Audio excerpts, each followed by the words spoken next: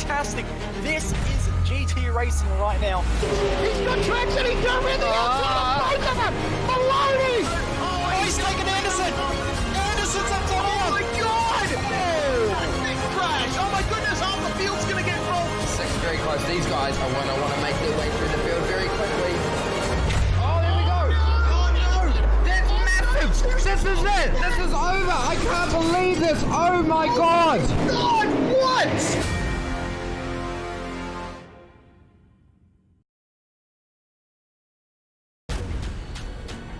This is the original esport racing game.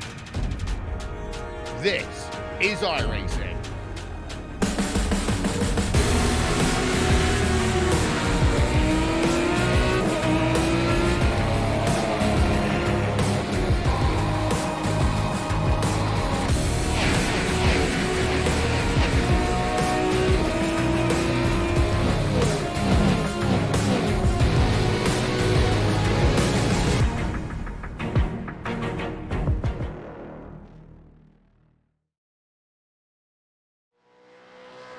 Once more into the breach, dear friends.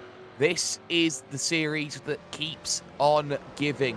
We've seen the biggest streak of a season so far come right up to the finale, but one final bombshell changes the way that this Road America 250 is going to be run. It was all about week 13. It was all about the build.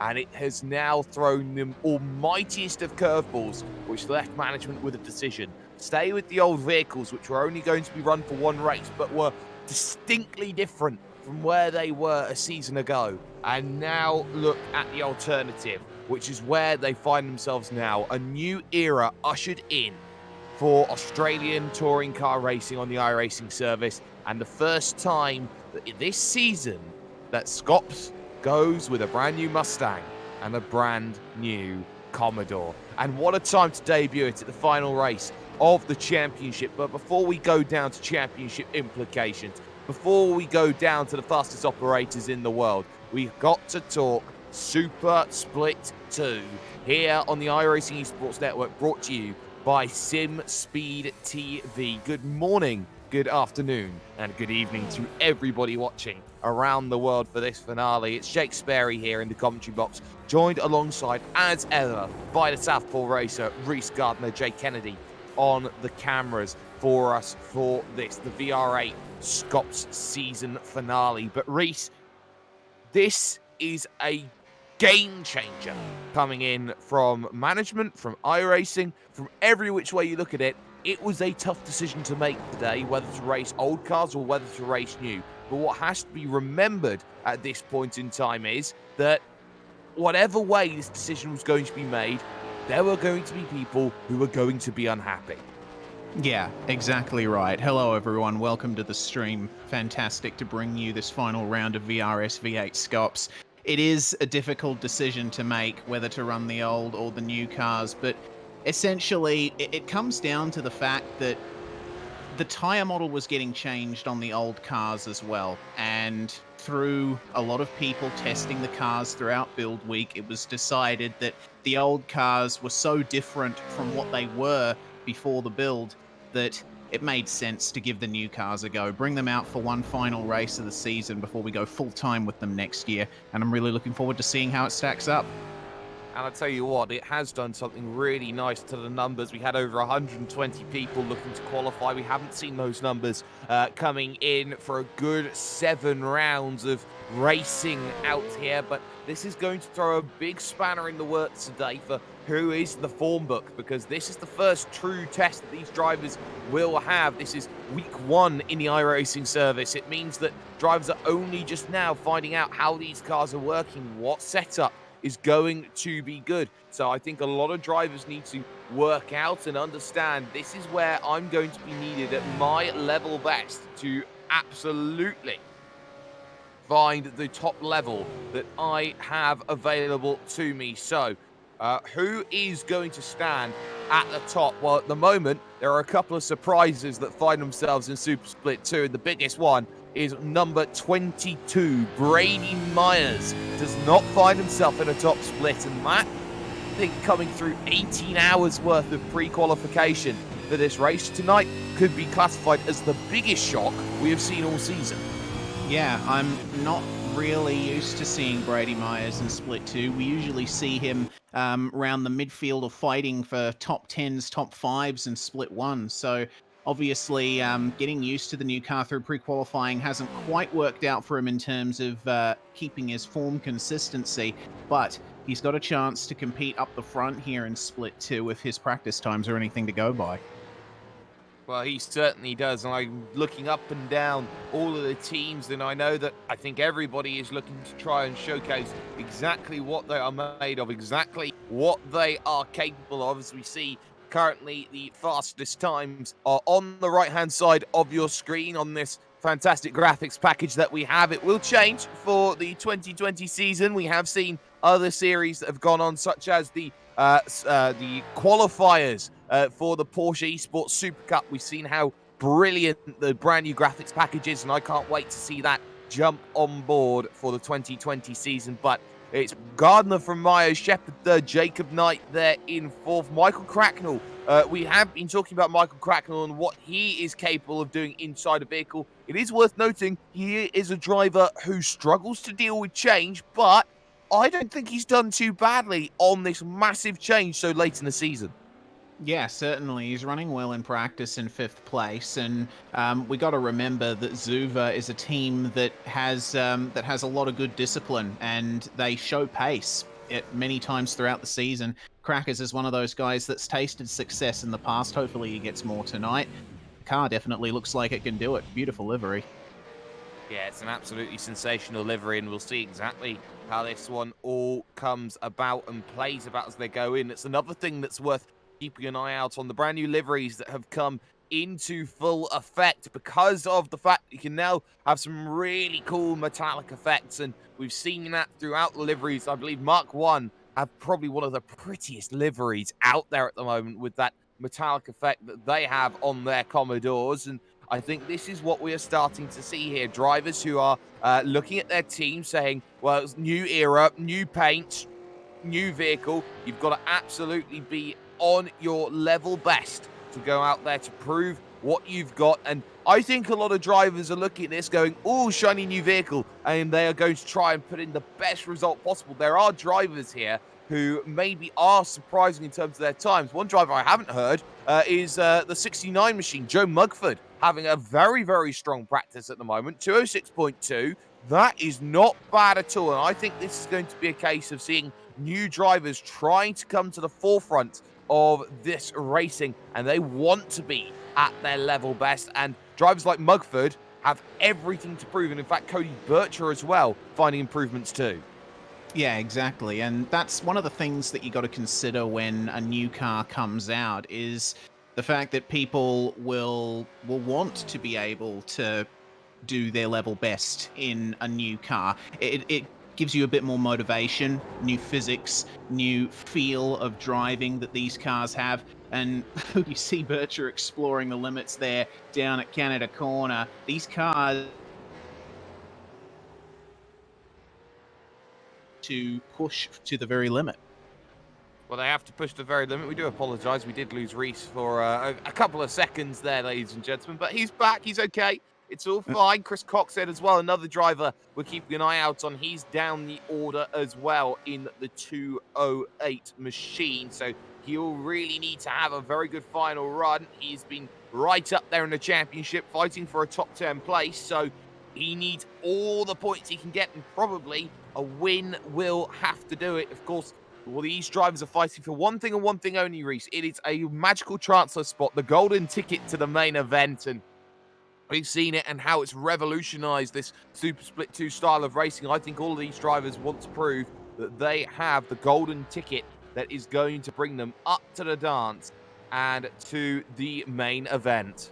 Yeah, this is something that we've seen all season in Split 2. We've seen some very exciting racing because, you know, as we've seen, the winner gets the transfer spot into Top Split. There's a lot to fight for up at the top of this field. And at the moment, we take a look at the track itself, Road America. I've called it America's Monza in the past, and I stand by that assessment. It's an incredible track for a finale like this one. Long straights, heavy braking zones, but slow and at the same time, flowing corners as well. It's perfect for these cars.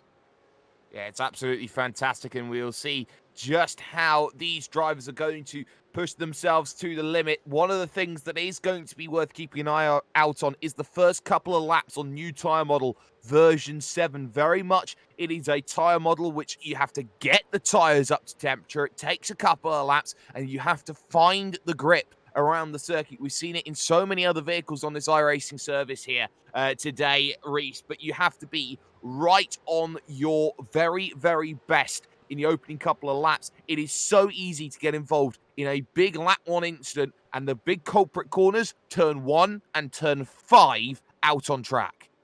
Yeah, definitely. These cars do not act nicely under brakes because we've got to remember they still have the locked diff. If you lock one of your rear wheels, both of them are going to lock, and you are not going to be able to slow down, rear end swinging out. It's the last thing you want when you want to turn into a tight corner in a heavy braking zone like that.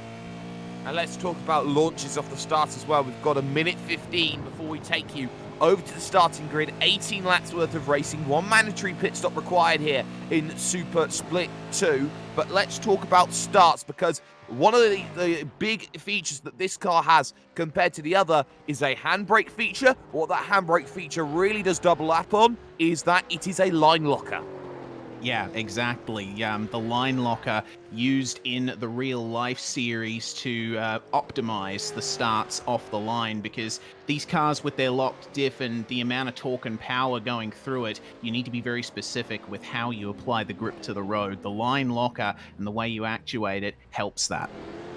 Well, it's going to be a whole new era into the unknown for so many drivers in this field, for so many teams, and everybody knows that this is the first outing, the first real big outing that these style of vehicles have had, and they want to show exactly what they are going to do at probably the highest level that you will see in Australian sim racing today. So what have you got to prove yourself? So many drivers knocking on the door, drivers old and drivers new, drivers like Jamie McKnight, who has been around for forever and a day, drivers like Jack Widdus, who has not been here forever and a day, has only had himself less than 6 months to get himself up into position, but time has expired here at Elkhart Lake, Wisconsin, USA. The grid about to stack up as follows for the final Super Split 2 of the season. Griffin Gardner will be on the pole position with Benjamin Smith alongside. Brady Myers will start this one from 3rd with Dylan Shepherd alongside on the 2nd row. It's Nick Coulson going from 5th with Chris Coxhead in 6th, followed by Jamie McKnight and Cody Bircher 7th and 8th. Adam Briggs will start this one from 9th with Kenneth Latter rounding the top 10. Jamie Stovold and Blake Neck on row 6. Meanwhile, David Kinmond and Ruben Goodall keeping each other company in 13th and 14th. Scott Kozlowski and Jack Widdus make up 15th and 16th. We got Ben Christensen and Jacob Knight in 17th and 18th. The top 20 rounded out by Michael Cracknell and Damon Mulqueen. Well, let's hope Christensen gets himself past turn 1 for the first time in 2 Scops races. Likes of Brenton O'Brien 21st, Nick Carroll, Mia Ott, Guy Leach, Joe Mugford, Rob Bowden, Stephen Varga, Claire Mason, Darren McKenzie, Rob Harris makes it 30, but we'll just cycle down through the rest of the drivers on this grid because the lights procedure is getting itself underway very, very shortly. A brand new age for so many drivers starts now, and they get themselves underway, and Gardner's got a shocker off the line, and he has lost 1, 2, 3, 4 positions already in the grass. Drivers struggling to deal with it as they go through, and drivers in the back very nearly, I think, got themselves caught up. I think they are all okay as they go through the opening section. Smith unchallenged, and off goes Coxhead straight into troubles, and another one goes off on the inside, and I think they're just going to get away with it, a funnel in towards turn 2. Yeah, Jamie Stovold, the other car involved in that incident, just trying to get going again, but it looks like it is on for the lead after Griffin Gardner's poor start. Benjamin Smith is now facing a lot of pressure from Brady Myers and Dylan Shepherd, who seem to be fighting amongst themselves here. Brady Myers a bit later on the brakes here, down at turn 5. one of the slowest corners on the circuit. And as the field streams in, we might see a little bit of contact further back in the field. Definitely some jostling going on. And Soslovsky's around in the background, and that's not going to help. He's got to get himself off the racing line. Which way do you go? They part the Red Seas around him.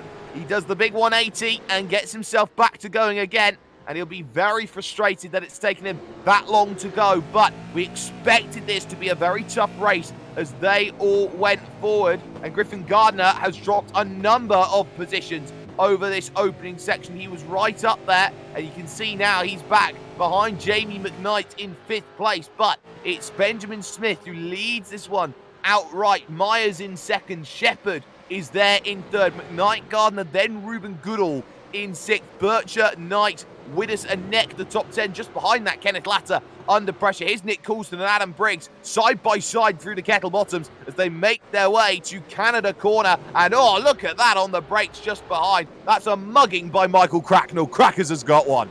Yeah, he certainly has. Blake Neck also going side by side with Jack Widders and getting the position there, just coming up to the final corners. And we have a new leader because Brady Myers has gotten by Benjamin Smith. And have a look at the gap that he's got. Smith is in trouble here from Shepherd coming into turn 1. It's so easy to do as they go side by side. It was the issue of Smith running wide at Bill Mitchell Bend, which costed him, and he lets him have the position, but he's gone far too deep, and he missed his braking point. Shepherd ends up looking to try and find a flock of sheep at turn 1. He will not find any as he goes on through, and look how many positions he's lost. He's now falling behind Blake Neck. At the moment, they're side by side behind. Coulson still holding off Kenneth Latter, who had a good showing a couple of rounds ago, looking to try and show what he is capable of, but it leaves 2 at the front. The one that we expected, Brady Myers and Benjamin Smith as well, trying to get in on the action. It's all about these cold tyres, though, and getting them up to temp as the mid-pack starts to scrap. Finally, there's the move by Kenneth Latter down the inside. Looking to get it done. Adam Briggs does get the move sorted, and now here comes Cracknell looking to pick up the advantage up the hill. Turn 6 out on track, gets it done in the KRF Zuva car, so does very well. Mugford as well behind that, gets by Damon Mulqueen to move up into 15th. Mugford up 10 places off of the start. Ruben Goodall, one of your big gainers, he's up 8 places, 10 as well for Jacob Knight, who's having a stonker of a start. Yeah, you were definitely seeing how guys in the new cars are being able to get their leg up on the start a bit better. As you're getting used to a new machine, sometimes a couple of mistakes are made in the first few times you're racing it. So the guys that haven't been able to make those mistakes taking advantage at the moment. Meanwhile, Griffin Gardner looking for a move to get back into a podium position, chasing down Jamie McKnight in the Evolution Racing Team Mustang. And Gardner looks like he has got a lot of pace in that Holden at the moment. And it's a whole heap of pace that's needed on the brakes. Then the big right coming up there at the final corner. And then this fantastic run up the hill. One of the most brilliant rises and ends to a lap that you will find. You don't often see it around a track like this. But they come across the line. And again, it's all about trying to stay in the draft and getting a run into turn 1 is always going to be difficult. No dice for Griffin Gardner. He cannot find the right way to get around. Behind that, though, side by side, as Jack Widders finds himself a way through on Jacob Knight. Great move from Jack, but Knight's going to come back at him here, and the Exto Gaming car had a think into turn 3. You don't often do it there, but you got a better chance on the run to 5. So this is where we're going to see drivers pick up this run and try and get it going. Jacob Knight tucked up underneath. Behind that, you got Neck and Shepherd, who's gone backwards. Oh, Widders! No! Bang, bang, bang, bang, no. bang! Widders gets turned. Yeah, oh my goodness, that's dangerous, very dangerous. Jack Widders getting collected there in the middle of the straight. And that all started from him going defensive, staying in the middle of the road, and one car into another got turned right around.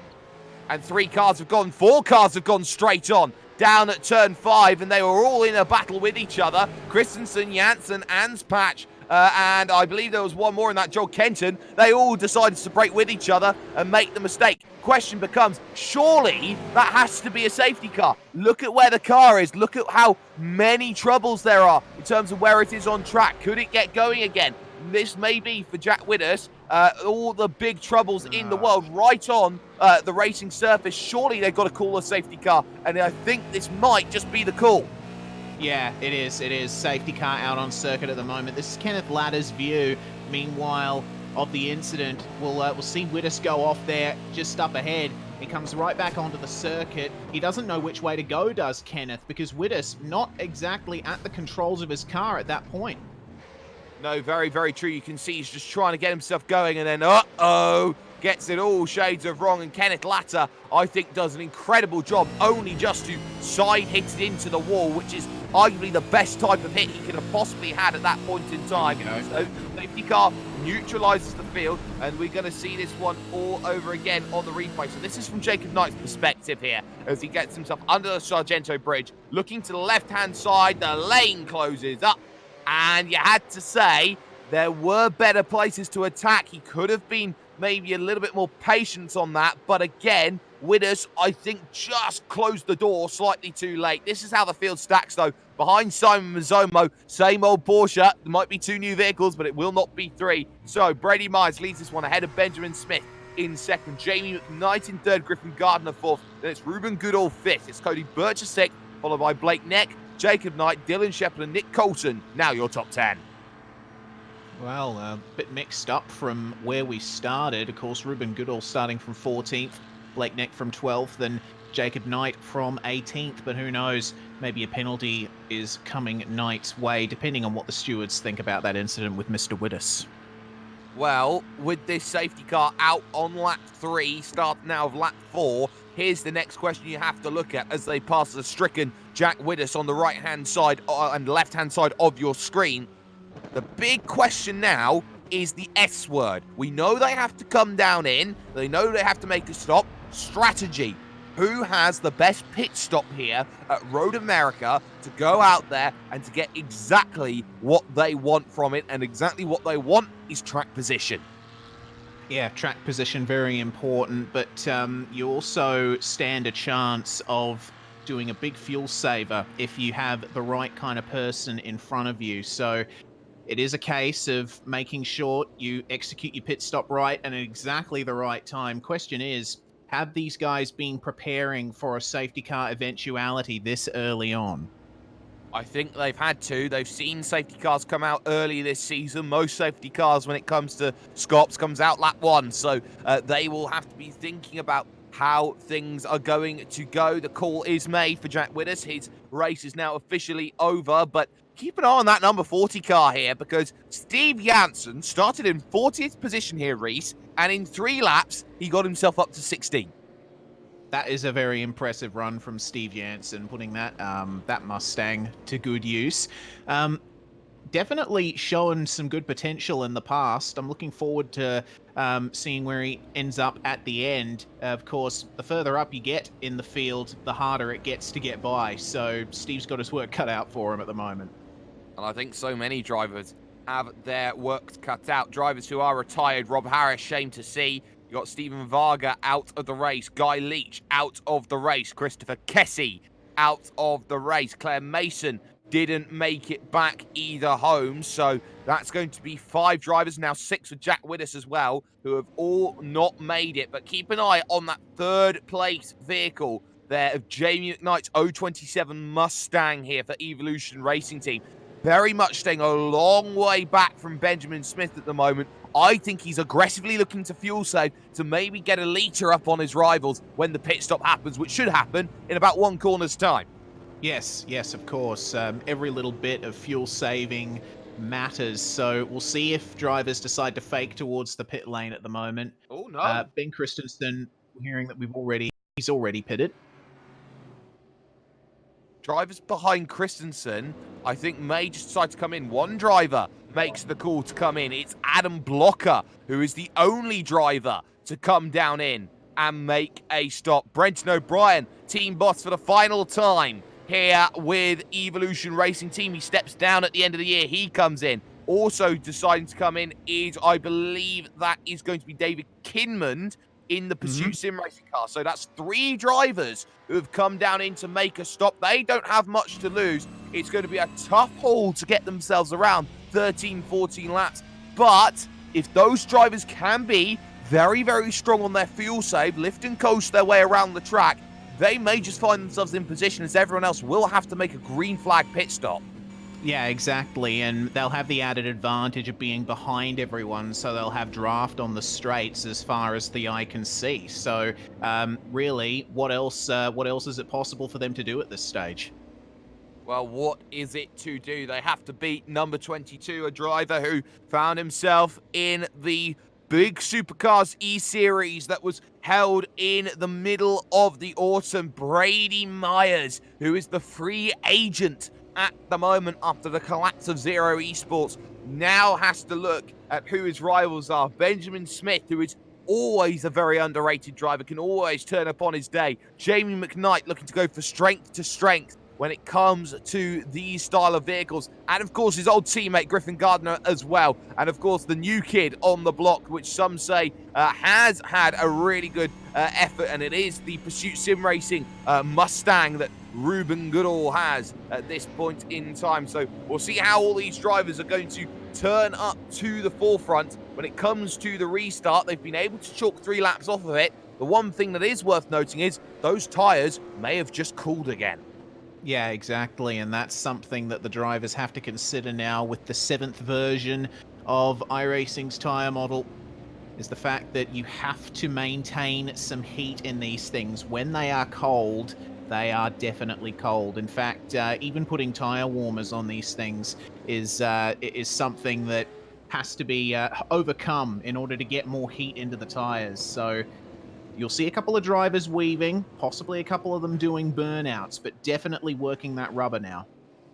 It's a green flag resumption this lap by. Brady Myers will have control of the field, and he gets that in just a moment as Simon Mazzomo will soon pull away in the Oceanic Sim Racing safety car that we have. And it's nice to see Simon Mazzomo leading some laps for a change. He actually does like these vehicles that come along. He had a great result in AOSC at, I believe it was last weekend, when he picked up an 8th place finish, so he'll be happy with that. But this is all about how this is going to go. Brady Myers being hounded already by Benjamin Smith, who relinquished the lead at the end of the opening lap at Bill Mitchell Bend, has to try and find a way back, but Brady is a very tough cookie to get by, and I think the others in the field will be giving the hurry-up message to one Mr. Jamie McKnight, who has very much decided to sit and wait and save as much as he can, leaving as much of a gap as he can. But he can't leave too much of a gap because Brady can go at any point in time that he wants to. And look at that from Griffin Gardner. He wants to send the message, hurry up, Jamie. I've got to get going. We're going to leave them in, we'll get left in the dust. Final corner comes along and Brady Myers, oh, he absolutely mugged Benjamin Smith there. Gets 8 car lengths. Sorry, that's a lie. 5 car lengths off of the start, and it's only going to increase up the hill. Green flag racing once again at the start of lap 6. Jamie McKnight immediately under pressure from Griffin Gardner here, who moves to the inside. There were no surprises about that. The restart went exactly how we thought it was going to go. On the brakes they go into turn number 1, and has Gardner got the move done? You betcha. Yep, you bet he has. McKnight conceding the position there. Now he's got Goodall and Bircher and Neck and Knight behind him. A long stream of cars, again, thanks to the safety car. Oh, we've got an incident in the back for Andrew Mogridge. He's just contacted the wall heading out of turn 1 and is slow to get going. Meanwhile, we've seen some cars at the back of the field come into the pits for their stops. We certainly have seen some cars at the back of the field come in. They've got to be up there, though. They've got to work out what they've got side by side on the brakes into turn 5. Blake Neck in the Geodesic racing car needs to be careful as Jacob Knight holds the position. But around the outside now, Dylan Shepherd trying to herd and overtake. That's not going to work behind, though. And that's Nick Coulson getting contact with Adam Briggs. And there's a freebie for Joe Mugford. Cookies, that's his, as he goes on through. So that's very, very nice. And the way that move was done, he'll be very pleased that he's got a free overtake. But all these drivers now trying to get reaccustomed with these vehicles, knowing a pit stop still required, and a battle even in the background. Mia Ott under pressure from Joel Kenton. It seems that everywhere you look, there is a battle as they head out of the carousel and towards the kink. Yeah, and all side by side again coming through the carousel there. Scott Sislovsky for Trick Sim Sports trying his best round the outside of the carousel, and that's versus Jamie Stovold on the 987 into the kink. And this is usually a flat-out turn in downforce cars, but you get in these cars, you're not going to have a good time if you go there side by side. Pick a lane, Damien Johnstone. Oh, that's late, Stovold. Stovold and Christensen, good friends together, but ultimately running into each other slightly. Sislovsky nowhere to go. I am surprised to see Johnstone this low down the order as Christensen runs wide and Stovold looks for the outside, trying to get the up and under, and gets a run heading through this section. No takers then onto the lane this time by, but Brady Myers has almost got a second at the front of the field. Smith in second makes a mistake through turn 1, and suddenly Griffin Gardner sees an opportunity at turn 3, dives down the inside and gets the move done. Back to second for the 93. So it's Griffin Gardner back up into second place. Good run so far, making good on his promises from qualifying. Meanwhile, seeing some jostling here for 8th and 9th place. Dylan Shepard trying to find a gap here versus Blake Neck. Will he be able to get 7th down here? He's going to grab it only just, and Blake Neck facing a bit of trouble there. Oh, off into the grass. Losing more positions than he would have wanted, I'm sure. Too much talk, finds himself in the grass, has to recover it, and is behind Joe Mugford and ahead of Adam Briggs, so wasn't part of the script. Cody Bircher finds himself a way through on Ruben Goodall, so works for him. Up inside the top 5 now for Bircher, but it is Brady Myers who is in front by a fair distance at this point in time. He's broken the 1 second barrier, but Griffin Gardner was faster in pre-qualification. He's got to find the times of a lifetime to bring this back in, and we know how good Griffin Gardner can be at his moment on his day. He knows exactly how to race. The run to Canada once again becomes the big key battleground for all of these drivers, and it is Blake Neck who is the closest on the brakes, but nobody able to make a move as they go through. Look at Nick Coulson, though, all over the back of Jacob Knight. Yeah, Coulson probably going to hold back through these last couple of turns as Knight manages to cover the line very nicely, but you got to jump on the throttle out of this last turn, and it's difficult to tell where the grip is going to break in those rear tires. So you stand to gain and lose a lot out of that last turn, combined with the uphill run towards the start finish. That's why you see so many drivers going for these big moves into turn 1.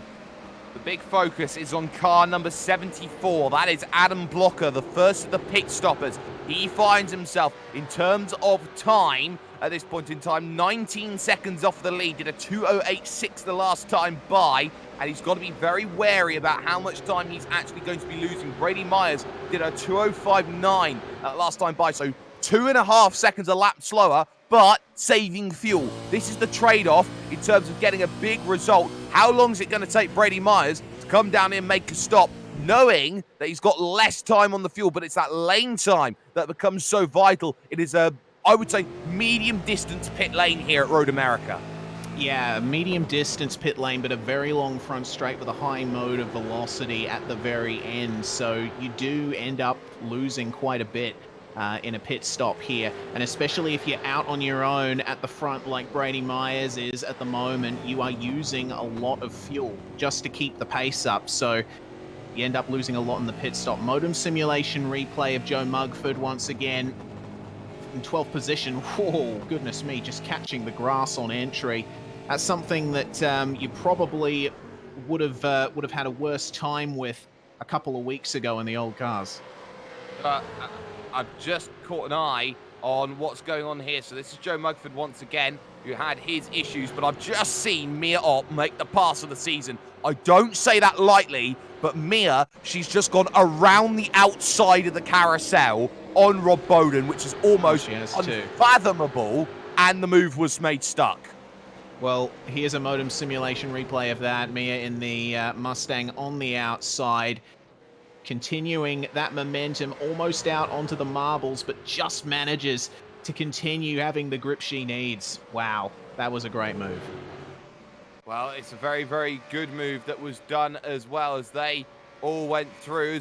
I apologise for being incredibly late on what happened on the Mixer stream. So that was a shame for us as we look to go through on what was our cameras that we see. But Benjamin Smith decides it's time to dive down onto the lane. So he decides to make the call as side by side. There's Jamie Stovall and Greg Sharp going at it. Greg Sharp, ever the aggressive, but it is Stovall who picks up the position, moves up into 18th place, can be happy with that. But Benjamin Smith, this is going to be the first real telling point for where this race is going to go. Adam Blocker, well, he's in a whole world of issues at the moment. He's straight on by, but has to fight absolutely everything here because Blocker, look at this. You got Mogridge, you got Mackenzie, O'Brien, Kinman, Varga, Harris, Mason. What a battle pack as they head to 5. Oh no, and Adam Blocker just protecting the inside. That's the only place he can go. Darren McKenzie behind, trying to find a bit of space himself. Can he try and follow Blocker through on the inside? No, he's going to give him a tap, and Blocker loses all of those positions back onto the racetrack at 90 degrees to the racing line. And unfortunately, that's car number 19, Claire Mason, and Rob Harris as well caught up in that. And Rob Harris is 2 laps down already and gets the hit. That's not good. It now means that Brenton O'Brien becomes best of the pitted vehicles, and ever an experienced head on shoulders knows how to race and knows how to get what was wanted. Benjamin Smith, though, for comparison, look at where he's come out. He's come out just ahead of Michael Cracknell, but he is struggling on the cold tyres. Oh, he gets a bump from Cracknell. This is the big trade-off as well. Takes a couple laps to get the tyres up to temp, and just like that, there's the struggles. Benjamin Smith dropping there a lot of time as he looks to get going. Well, the pace is going to come back as long as he just gives it a couple of laps to get back up to temperature, but he's running wide in carousel, which isn't going to help him. In comes Bircher. Yep, Bircher in as well, so we're starting to see more of the front runners come in. No further action from race control on the incident between Knight and Latta. So that incident at the start of the race resolved according to race control. Yeah, resolved accordingly as they go on through. Brady Myers has the lead, but we're in pit stop central at the moment. In comes Jacob Knight as well to come down and make a stop. Also on the lane, Brett Hender decides it's time to make the call. So this is going to be a very, very tough race for a lot of drivers, but Brenton O'Brien is the big bottleneck in the 26 car, just behind Yo2, Darren McKenzie. That's the vehicle that will try and run it to the gauntlet. It's going to be mighty tough, but when you're stuck behind other drivers like O'Brien is, this is the best place possible for him. Able to save that fuel, go out there and gain those times. 27 seconds the margin to Brady Myers. It is only going to increase, though, with the fact that Brady Myers is in the mid to late 206s at this point in time. But they know not much time remaining. 8 laps only when they cross the line. So not long to race and not long to find the positions that are needed. Yeah, well, we got an incident further back. Mia Ott has spun around. And after putting on what you called the move of the season, Sperry, that is not going to be how she wanted her race to go. Another vehicle involved in that one as well. Kenton. Let's get a modem simulation replay of it, all right? Let's see what happens. It was brave, it was bold, and, well, there was a lane at the inside. And I think that Mia just missed up her braking point, so she had to get on the curves. And then Kenton, who had already slowed up, had to slow up more, and ultimately makes the mistake locking the rear diff up and almost losing it on a spin up at turn 6 at the Corvette corner, and very nearly ended in total disaster for the pair of them. It does for Mia Ott as race leader Brady Myers says, lap 10, I'm coming in. He'll relinquish the lead to Griffin Gardner. Jamie McKnight follows down onto the lane along with Ruben Goodall. Shepard stays out. Yeah, so does Gardner as well. So he's trying to go long on this initial stint, as is Shepard. So we'll see how that works out for them in a couple of laps' time. Let's think about pit stop times then as the drivers come down onto the lane from up the front. Well, Zlowski in a very good spot as well, as we've been keeping an eye. In is Joel Kenton. In also is so many more drivers they've come through. Myers in the box. Brenton O'Brien finds a way to go by, but immediately off and away goes Brady, and Brady's going to have a lot of a gap, surely, as they go through a huge gap to cars behind. Cody Bircher very much in a good position. Adam Blocker, he's ahead of. Jamie McKnight head of as well. And talking about time lost, Benjamin Smith lost it all. They were 3 wide into turn 1, and Benjamin Smith, he gets a big freebie. Nick Coulson has gone into the kitty litter. Oh, he has indeed at turn 1. Easy mistake to make. Turn 1 has a very fast approach, but it's a bit tighter than it looks at the very apex. So Benjamin Smith profiting from that, obviously. Next up for him is Cracknell. Myers back out onto the circuit, 11.3 seconds, his pit stop time. McKnight's pit stop was about half a second quicker.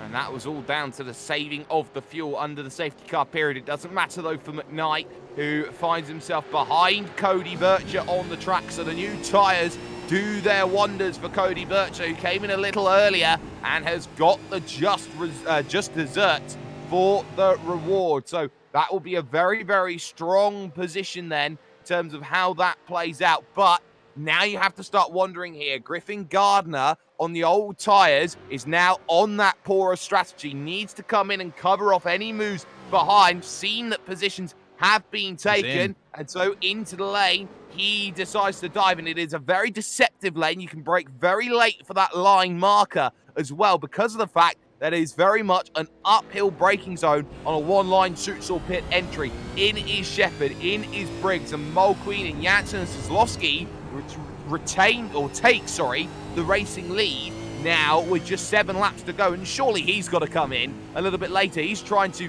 make it the lightest pit stop he possibly can. Well, it's a typical Trick Sim Sports strategy then. It's something that they've become known for, especially in GT racing, being able to work the fuel tanks of these cars and make some magic happen. So Soslovsky, I'd expect him in within a couple of laps, personally. Out comes Griffin Gardner, definitely behind, but where's Cody Bircher going to come out in all of this? The answer is steaming around the outside, side by side for net second on the road. Griffin Gardner's got to be alert to this. His tyres aren't up to temperature. Bircher's are, as they now look at turn 3. Out the track in a lane just about there, but not quite. They almost ran into each other through turn 3. They get away with it just about as two knights battle as behind. Cracknell loses out then to Benjamin Smith, who finally dispatches of the almighty train behind. Yes, indeed. Griffin Gardner covering off Cody Bircher very well there, giving him just the right amount of space on the outside. No, the cold tyres. They become his downfall. Griffin Gardner around and losing so many spots now. It looks like he stalled the car as well. Back to the pits. He's out. That's an illegal escape as well, and that is going to hurt. So he will cop a penalty for that, no doubt about it. But that is the end of Griffin Gardner's push, and he was there racing for one thing and one thing only. That was victory. Car stalls, and that is one of the features that we see on the iRacing service now. Vehicles can stall, and he did not have what he needed from it. So it was going to be a long, long road to recovery. O'Brien under pressure from Kinman and Varga on the brakes into Canada. Brenton O'Brien, of course, has to be said here, Reese, the toughest cookie in the box to try and get around. Yeah, it certainly is. Big defensive drives from him.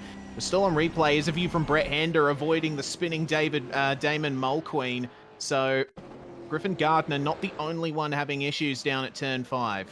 And here's another view of what happened to Griffin Gardner. Big shame. He was covering off really well on those cold tyres, but they just spun up at the wrong time. They certainly did. We find ourselves with 6 laps to go. Soslovsky leads, Snowball second, Evans in third, and O'Brien has to cede a position to Stephen Varga as they go through. It's to David Kinman as they go through. Varga will be next in terms of how the moves are going to be made, but O'Brien slowly falling back into the clutches of Brady Myers. 2:06.1 from Brady Myers last time by. Look at the difference in times. It was a 2:10.2 from Brenton O'Brien. Wow. That's the difference at the moment between these drivers in a new section, as now Kinman gets himself a look on Darren McKenzie. He saved his tyres. He's got a fantastic look down the inside, and suddenly you got 4 back markers to the train. Varga makes a mistake, and Brady's got a freebie already. Here we go. Myers working his way through these guys. It's going to be so much fun to watch. But Kinman doing very well at the front of that pack. It's a good measured drive from David, as well from Mackenzie too. The fact that these guys have managed to hold on as long as they have, conserving like they have, testament to the brains behind driving one of these race cars.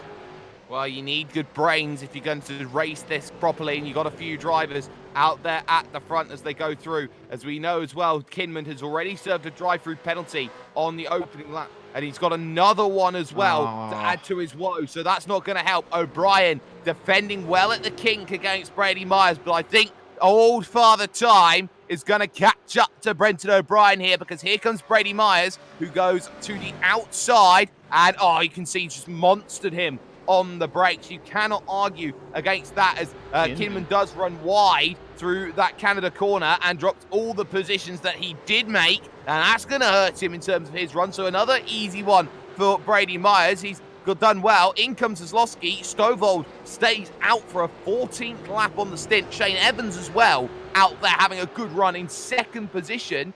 I reckon they could be okay if they can stay out for the whole thing. I don't think they can, as Zaslowski has come in, but Mackenzie now losing out to a Brady Myers as well, which is not going to be very helpful for the plan. Battle in the background, Coxhead and Goodall going at it. Yeah, Coxhead and Goodall, both drivers that advance their way through fields like this. Coming across the start-finish line, Coxhead trying to make his way past the effective sister car of Michael Cracknell there, V8 Sleuth and Zuva working together. Holding well on the inside. There's a pack of drivers coming in behind them. Side by side, Blake Neck and Nick Coulson. These guys haven't been able to leave each other alone. Adam Briggs getting involved as well. Have a look at this side by side again.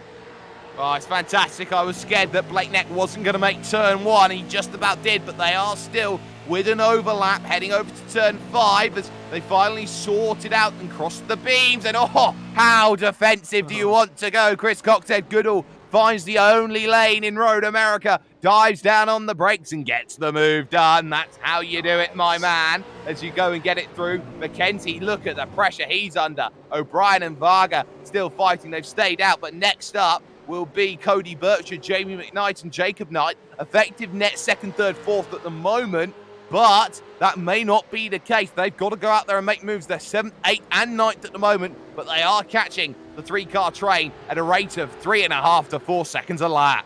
Yeah, huge rate of catching at a track like Road America with these tyres. And this pack coming through the carousel, so hard to get the power down right out of there.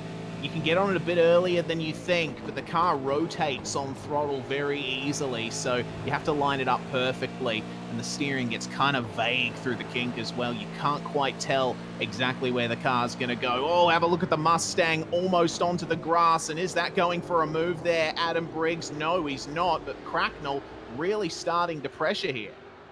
Yeah, and look at this. You can see Briggs and Coulson side by side through Bill Mitchell. Very tough corner to remain side by side. They do. And now the pack starting to form behind. There's Joe Mugford trying to get in on the mix as well as they go through. And little wiggle on the exit there. It was not going to be helpful, but Coulson has to slot in behind. Keep an eye on this as well. Shane Evans has just come in. He relinquishes his position, but Jamie Stovold out there effectively leads this race by 8.5 seconds. His lap time 2 at 8.9 was 2.7 seconds slower with 4 laps to go. So that is Myers will catch by the end of the race, but not by much. And look at the pack behind, side by side. Blake Neck gets it done on Joe Mugford, but it is going to be so mightily close, in terms of this race, if Stovall can stay out. Yes, indeed. We'll have to keep an eye on Stovall, but Blake Neck and Nick Coulson have not been able to leave each other alone, and Mugford is going to start pushing Neck along here, just lifting off at the start of the braking zone. Coulson holding the inside. He's had some wild times on corner exit, working that steering wheel very hard, and Mugford having a look here at the back of Neck. Will he try and get into the middle of this train? Well, they're starting to slow each other up and fall back.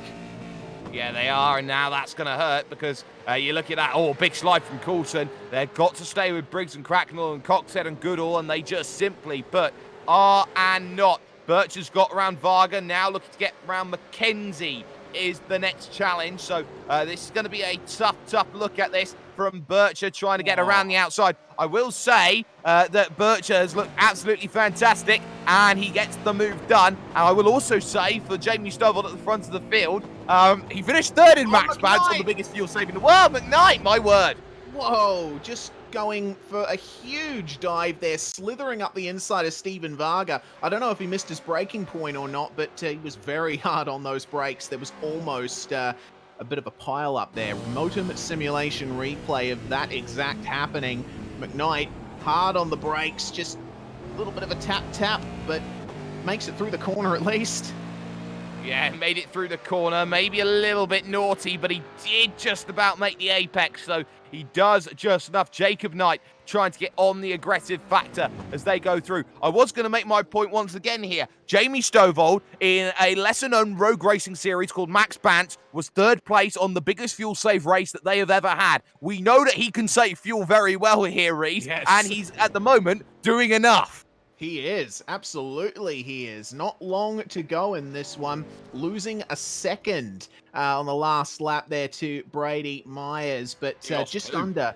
Yeah, lost 2 seconds, sorry. But just under 6 seconds is the gap. Losing a second on this lap already is Jamie McKnight. Oh, no! Whoa! Jamie McKnight down at turn 5, missing a bonnet. It's all gone wrong for him. Yeah, Darren McKenzie was defending. He was being pushed along, and Jacob Knight pushing into Darren McKenzie, back after suspension, Jacob Knight, and then into Jamie McKnight. So the two Knights, well, they'll need a very, very big round table to separate them after this race. I'll tell you that for one right now as they go and look to continue. So Jamie McKnight, the big, big loser in all of this. McKenzie struggling as well in terms of saving everything. Cody Bircher has caught Brenton O'Brien, who's up now in third place, looking to try and deal with a very, very big battle in Cody Bircher, who's going to try and go to the inside when it comes to the big Canada corner. Had to work for that one to get the lane, and ultimately on the brakes, he is just so much smoother. Gets the move done on ERT Boss in Regent. Yes, indeed. Oh, Knight's around. Whoa, no, really? Goodness me, every time we cut away, something else happens. Jacob Knight round at Canada corner, and Stovall pits, so relinquishing the lead to Brady Myers. Your fuel-saving fantasy, Sperry, is not coming true.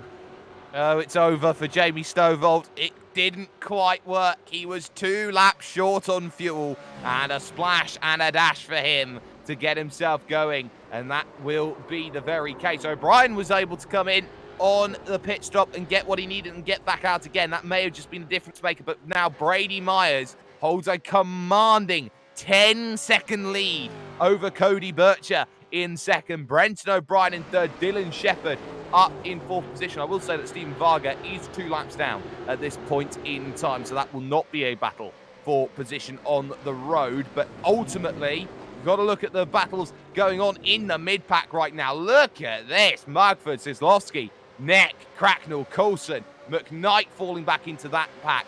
Then you got in front of that Goodall, Briggs, and Coxhead. Goodall has lost 2 positions over the last couple of laps. And McKnight, you can see, is a wounded warrior. 243 down the straight. He's 30 Ks down on the straight. Oh my goodness, yeah. And at a track like Road America, that's the last thing you need. Side by side, though, down at turn 5, Blake Neck making his way past McKnight there, as does Sislovsky, as might Joe Mugford in a couple of corners' time. But McKnight is going to make it hard one more time in the middle of this train. But heading up the train, Nick Coulson. He's got an all right amount of car lengths over Michael Cracknell. Neck, though, we've seen he can put on some aggressive moves and pull off some very spectacular ones as well. Looks like he's catching up in the entry to the carousel, pushing hard in these last couple of laps. Sislovsky pushing a little bit harder. He is, as he looks for the move at the kink on the geodesic car of Blake Neck as they look to try and attack. All over the curbs they go, but the draft from Cracknell in front is the big equaliser, the great equaliser in terms of this battle. With a lap and a little bit to go, white flag comes out for Brady Myers, and there's the freebie, just pushing wide for Blake Neck there, and Sislovsky picks up a very, very comfortable move. That was Very well done on the brakes there. You can see just slightly struggling to maintain corner apex, and that much the difference. And already onto Cracknell, side by side, into the pits then on the final lap. Comes down Stephen Varga, comes down one Darren McKenzie. Down onto the lane and not going to find the move into turn one. You're going to have to be sitting there. You're going to have to be waiting. There is Briggs, absolutely right, having his own fight at the moment, and he gets himself past Chris Coxhead and gets himself up the position. A great move into turn one, despite the help that was trying to come in from Ruben Goodall in the battle. 5th, 6th, 7th, a top 5 in the offing for this. And Kozlowski now again out of 3, deciding he wants to go side by side, deciding again he wants to go, almost making contact there, almost the quarter panel turn, which we've seen so many times before on the brakes. And Kozlowski trying to go around the outside again, cannot find the road to redemption, making that way through. Wide goes Adam Briggs through turn 7, and you're absolutely right. There goes Chris Coxhead around the outside, making the move, getting the position back. Goodall hoping he's got a lane down here at the hurry downs on the brakes into turn 8. No room at the end. Brilliant battling between them, but to number 22, Brady Myers, heading his way through the right of Canada corner. He's been in unfamiliar territory here today. Nobody really expected much out of shocks, out of awe, but Brady Myers weathered every single thing that was thrown against him and has driven an absolutely flawless race in terms of how this was run. Mark yourself up into the main event, and Brady Myers now finds himself the magic that is a race victory here at the wonderful Road America. Can be very, very happy with the way that's done. Cody Bircher will pick up 2nd, with Dylan Shepherd finishing this one up in 3rd place. For Chris Coxhead, he is safe in the V8 Sleuth car, 5th place, but he needed so much more to consolidate a top 10. He is at the whims and the mercies, but it is a drag race between Cracknell and Kozlowski up the hill. This is going to be close. And look at Kozlowski picking up the draft. Mighty tight, but it's going to be a win there in terms of that battle for one Michael Cracknell, who can be very happy that he holds off 9th place. God, they touched wheels there coming across the start-finish line, did Cracknell and Kozlowski. Excellent battle, and some excellent battles all throughout the field in this one. Damon Mulqueen making his way across the line, and Jamie McKnight running out of fuel, coming to a stop there. Joel Kenton out of fuel as well. He won't be able to make it up the hill. He's on the starter motor, actually, trying to get it up, but he's lost a bunch of positions out of that. Nope, he's gone. Can't be pushed either. And there's the big hurt. Joel Kenton is stuck agonizingly close to where he needs to be. That hill is a hill too far. So Brett Hender goes by. And I believe that for Joel Kenton, that is going to be a really, really big hurt for him, because I'm just going to have a look over and see just how he's feeling right now. And he'll have all the Hyperdrive drivers all over him in their Discord channel saying, you can't believe you've run out of fuel. Surely you can give me a push. But official classified results then here are as follows from Road America. Brady Myers picks up the win in 42 minutes and 12 seconds. His margin of victory was an astonishing 12.9 over 18 laps and a safety car over Cody Bircher. Dylan Shepherd finishes this one up in 3rd, with Brenton O'Brien coming home in 4th, having made his stop under the safety car period. Chris Coxhead gets a top 5 finish, with Adam Briggs finishing this one off in 6th. Ruben Goodall gets 7th, with Nick Coulson making 8th. Rounding out the top 10, we got Michael Cracknell and Scott Kozlowski. Blake Neck ends up 11th after all of that, 1 position up from where he started. Joe Mugford makes it 12th from 25th. Rob Bowden and Steve Jansen plus Jacob Knight rounding out the top 15. And Jamie Stovold, who was in the lead on track until just a couple of laps to go, ends up 16th. Craig Anspach up 17 places. Worth noting that Steve Jansen moved up 26 places during that race. David Kinman finishes 18th, with Jamie McKnight wounded, walking home, which could have been a podium finish, ends up ultimately being a big 19th place. 20th, starting exactly where he finished was Damon Mulqueen. It was blackjack for Greg Sharp. He finishes 21st, and 2 ducks for Shane Evans, who was up in second position for a little while in the race. Ben Christensen, a quiet race backwards to 23rd, and Benjamin Smith, a really tough race where he just got nothing going after the safety car, nothing going after the pit stop. It's 24th place only. Yeah, Darren McKenzie as well, unfortunately getting 25th out of that one, and Adam Blocker finishing 26th, but 10 places up from where he started. Brett Hander makes it 27th, and now we're starting to get to the people who didn't quite make it the whole race distance. Joel Kenton, Mia Ott, and Kenneth Latter rounding out the top 30. Then we got Stephen Varga 2 laps down, Andrew Mogridge 5 laps down. And now we hit retirement central. Damien Johnstone, not the day that he was wanting. He's got to adapt to the new vehicle. Griffin Gardner runs himself out into troubles after a spin at turn 5. Claire Mason, Rob Harris, Nick Carroll not finding finishes. Same for Jack Widders. He caused the caution, or he was part of what caused the caution. Also not making it over the line, Christopher Kessie and Guy Leach. No start, of course, for Jet Bennett. But ultimately, that is how Super Split 2 tends to go. It's a very aggressive race. You see just how difficult it can be. We're going to step aside very, very briefly at one moment. We'll be back with the main event after this.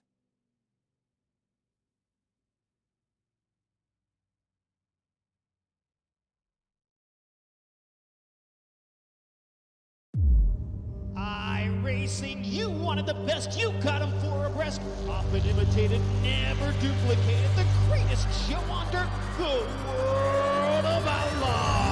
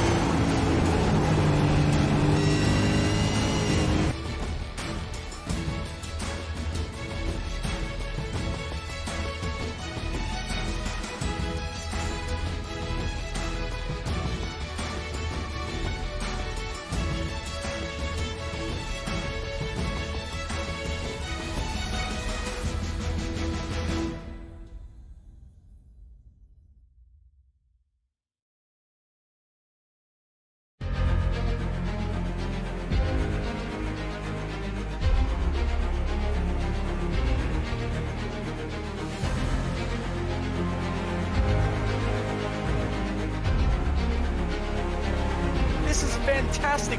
This is GT racing right now. He's got traction, he's got everything else on both of them. Maloney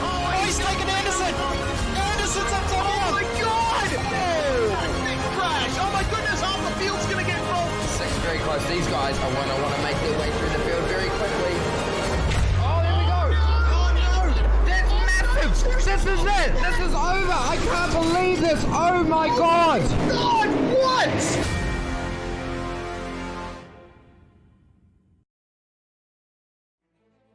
Welcome back, ladies and gentlemen, to the iRacing Esport Network and this, the Virtual Racing School SCOPS season finale for 2019. It's the last race of the decade, and it is a very, very big one as well as we move into a new era of Australian touring car racing. It's Jake Sperry here in the commentary booth, joined as ever by Reese Gardner, Jay Kennedy on the cameras for us for this one. But we do have our Super Split 2 race winner. And I don't think I'd really prepared myself to say this at the start of waking up about 15 minutes before the broadcast started. And that is Brady Myers, who picks up the big race win. Brady joins us now. Brady, some will say that was plain sailing for you in the second half of that race. You had to work hard. You had to get big results come the end. But ultimately for you, it had to be done in the early couple of laps when the tyres were cold, when people were struggling to get them up to temperature. Just how difficult was it to make those two positions in the early stages, knowing that your race was stop-start with the caution? Just trying to maximize the gains you get with the new tyre when it comes up. But I just knew that I had to play it smart, and but luckily for me, the heavens opened up for the first lap, and we managed to get a gap, and then caution came out. So yeah, had to build that up again, but good race. All considered.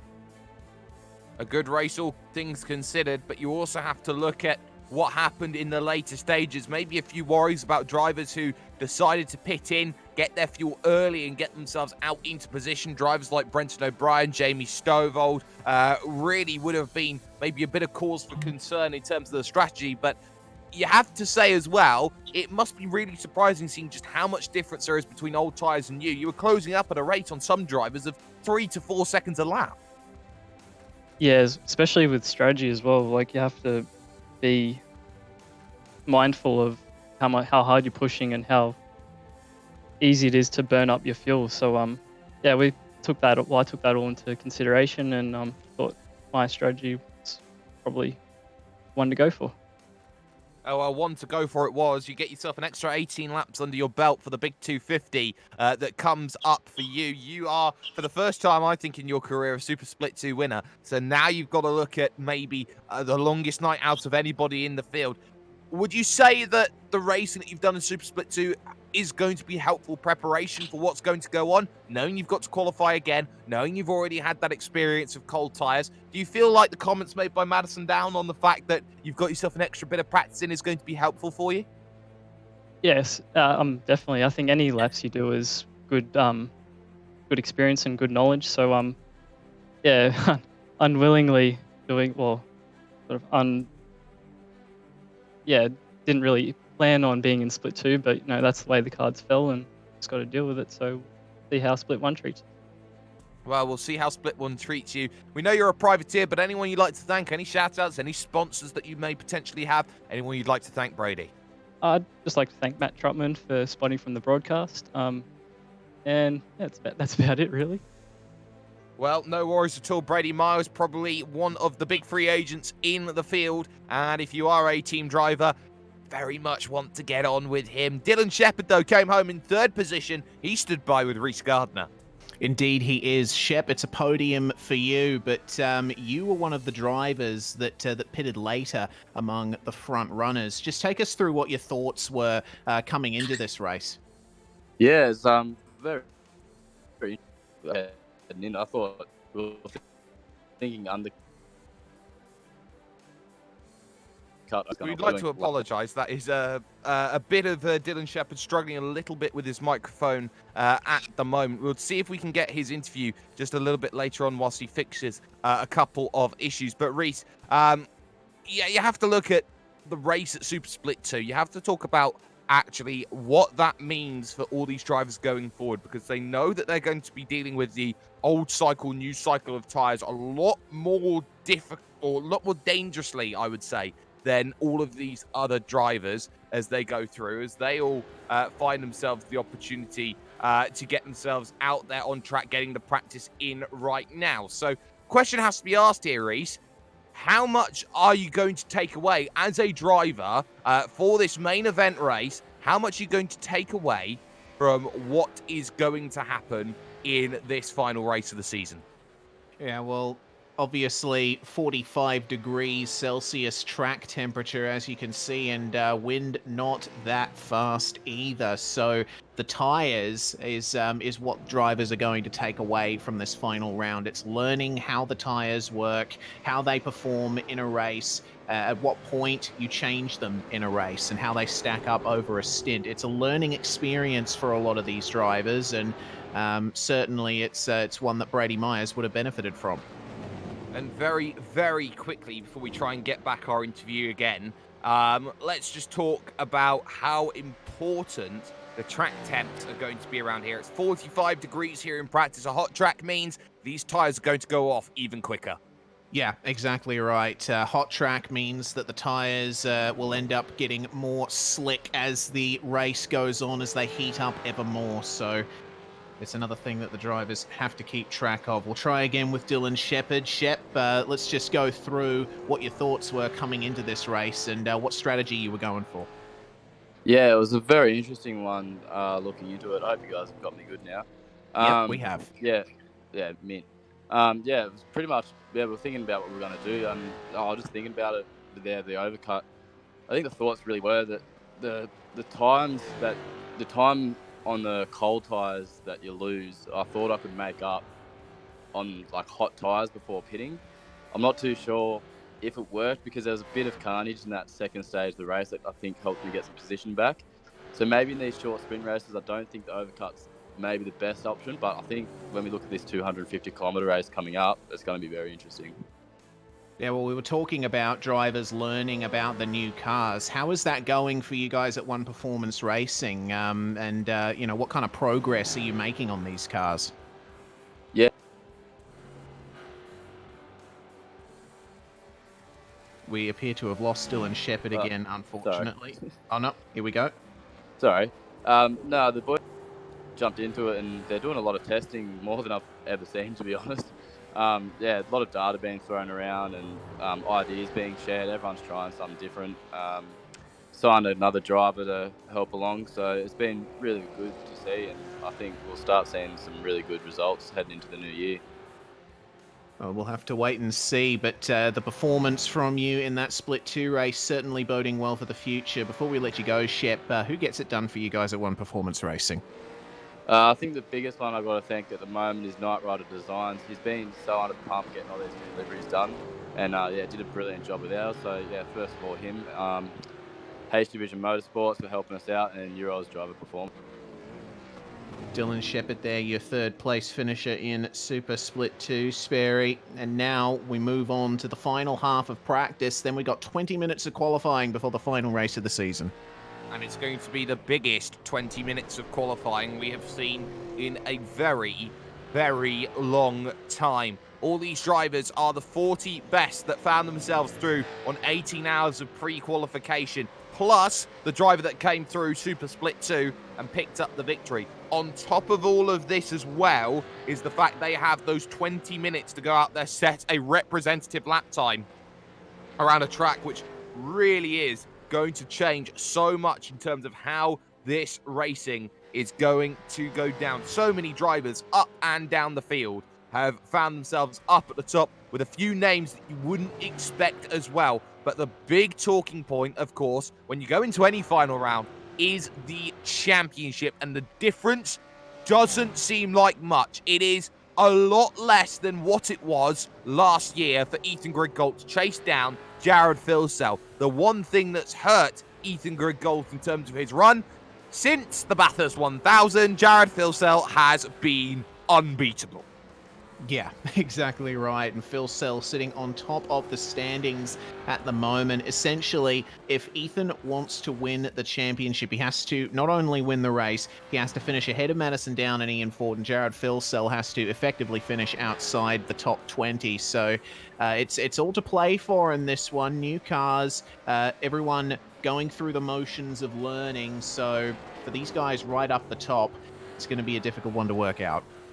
Well, we'll see who learns this vehicle quicker than so many others. At the moment, fastest man in practice is Jake Burton in the number 33. Had his test earlier on in the year with the Supercars team that he had his work with, and it was a massive, massive breaking story that came out in the Australian sphere as he looks to try and prove that there is that difference between virtual and reality and that there isn't much in terms of difference in terms of pace. So we'll see how it got him up to speed. He looked like he was very comfortable. He was very happy with the test that he had. And it's showing because he is currently fastest in practice by a good 2 and a bit tenths of a second.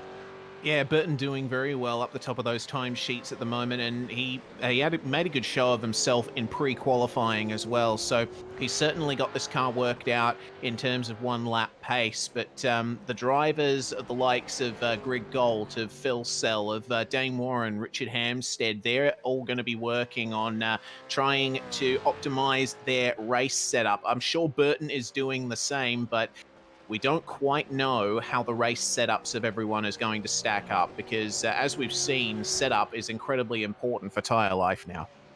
Yeah, it certainly is. Now you have to start wondering who is going to turn up to the forefront, who can prove what they've got. Someone who is very, very accomplished with the version tyre model 7 is Cooper Webster in the number 37. Very much the dark horse for this race here today, has shown in AOSC that he has got the handle on drivers like Brett Loxton, has got the handle on the likes of Thomas Hinz, the handle on James Scott, the handle on so many other drivers that you can talk about who have been up there. Even the likes of Brady Myers, Forza El Nabi, he's got the handle of. So question becomes, is Cooper Webster maybe one of the favourites to come into this race, seeing as he's had that experience earlier than most other drivers and can go out there and prove exactly what his worth is? Well, we've seen Cooper have huge amounts of pace throughout this year, throughout the last couple of seasons, actually, and with the new cars, with that extra bit of freshness injected into this grid, it's certainly the best chance he's got to vault himself up to the top of the pecking order. I think he can do it. Cooper Webster certainly showing in other series involving these cars that he knows how to wheel one around. A lot of surprises here today. One that isn't is that Ian Ford at the moment is just maybe a little bit further behind than some of his other rivals in practice. He's not the best qualifier in the world. He's not a one-lap pace driver as Ian Ford. What he is, though, is a very, very astute and tactical racer, and he knows how to make positions. He knows how to master strategy, and that's where Ian Ford makes his positions in this championship. It's been a great season for Ian Ford. He's been very much firmly the number 3 driver in Evolution Racing Team. But the one thing that he does have as well to keep in mind is that Ian Ford still has an incredibly outside shot at this championship. It's very tough for him. I think he's just out of it. But ultimately for Ian Ford, he will come away from Road America and say, I have had the best season of my career so far. Yeah, easy, because Ian Ford's 2019 has been top form, I have to say, because all of the same stuff has been present as we've seen from him in past seasons. His focus on fuel saving, his dogged determination, his willingness to stick it out to the end, and it's paid off for him this year with some fine results. And he's certainly looking obviously off pace in this practice session at the moment, but he's the kind of guy who puts a lot of work into understanding a car. And talking about drivers who are looking to understand the car, there are a few drivers here who are maybe not so much regulars to the top and have found themselves into the main dance. And the big name that came in that I was surprised to see up so high in the order was the O2 Danny Davison making his big progress. And he finds himself now in at the dance. You've got the likes of Jack Hotter, Jack Lemon in here looking to try and have a good race. Tom Freer has been knocking about, doing very good job at making his way through. Scotty McQueen up inside the top. Same for Brad Newman and Blake Purdy. They found themselves a way through. So a lot of drivers here that you wouldn't normally expect. Zach Hanlon has found himself into the mix as well. I think a lot of drivers know that if there's any time to prove yourself now, maybe improve your deal, improve your standing with your team, improve your setups, and then attack the new year with a bit of pompous and vigor. Yeah, that's why final rounds always see a turnout like this. It's almost a prelude to the coming season. You know, the fight has been fought 99% of the way, and for most teams, it's going to just be a case of showing, like, here, this is what we can do next year. We're putting in the work.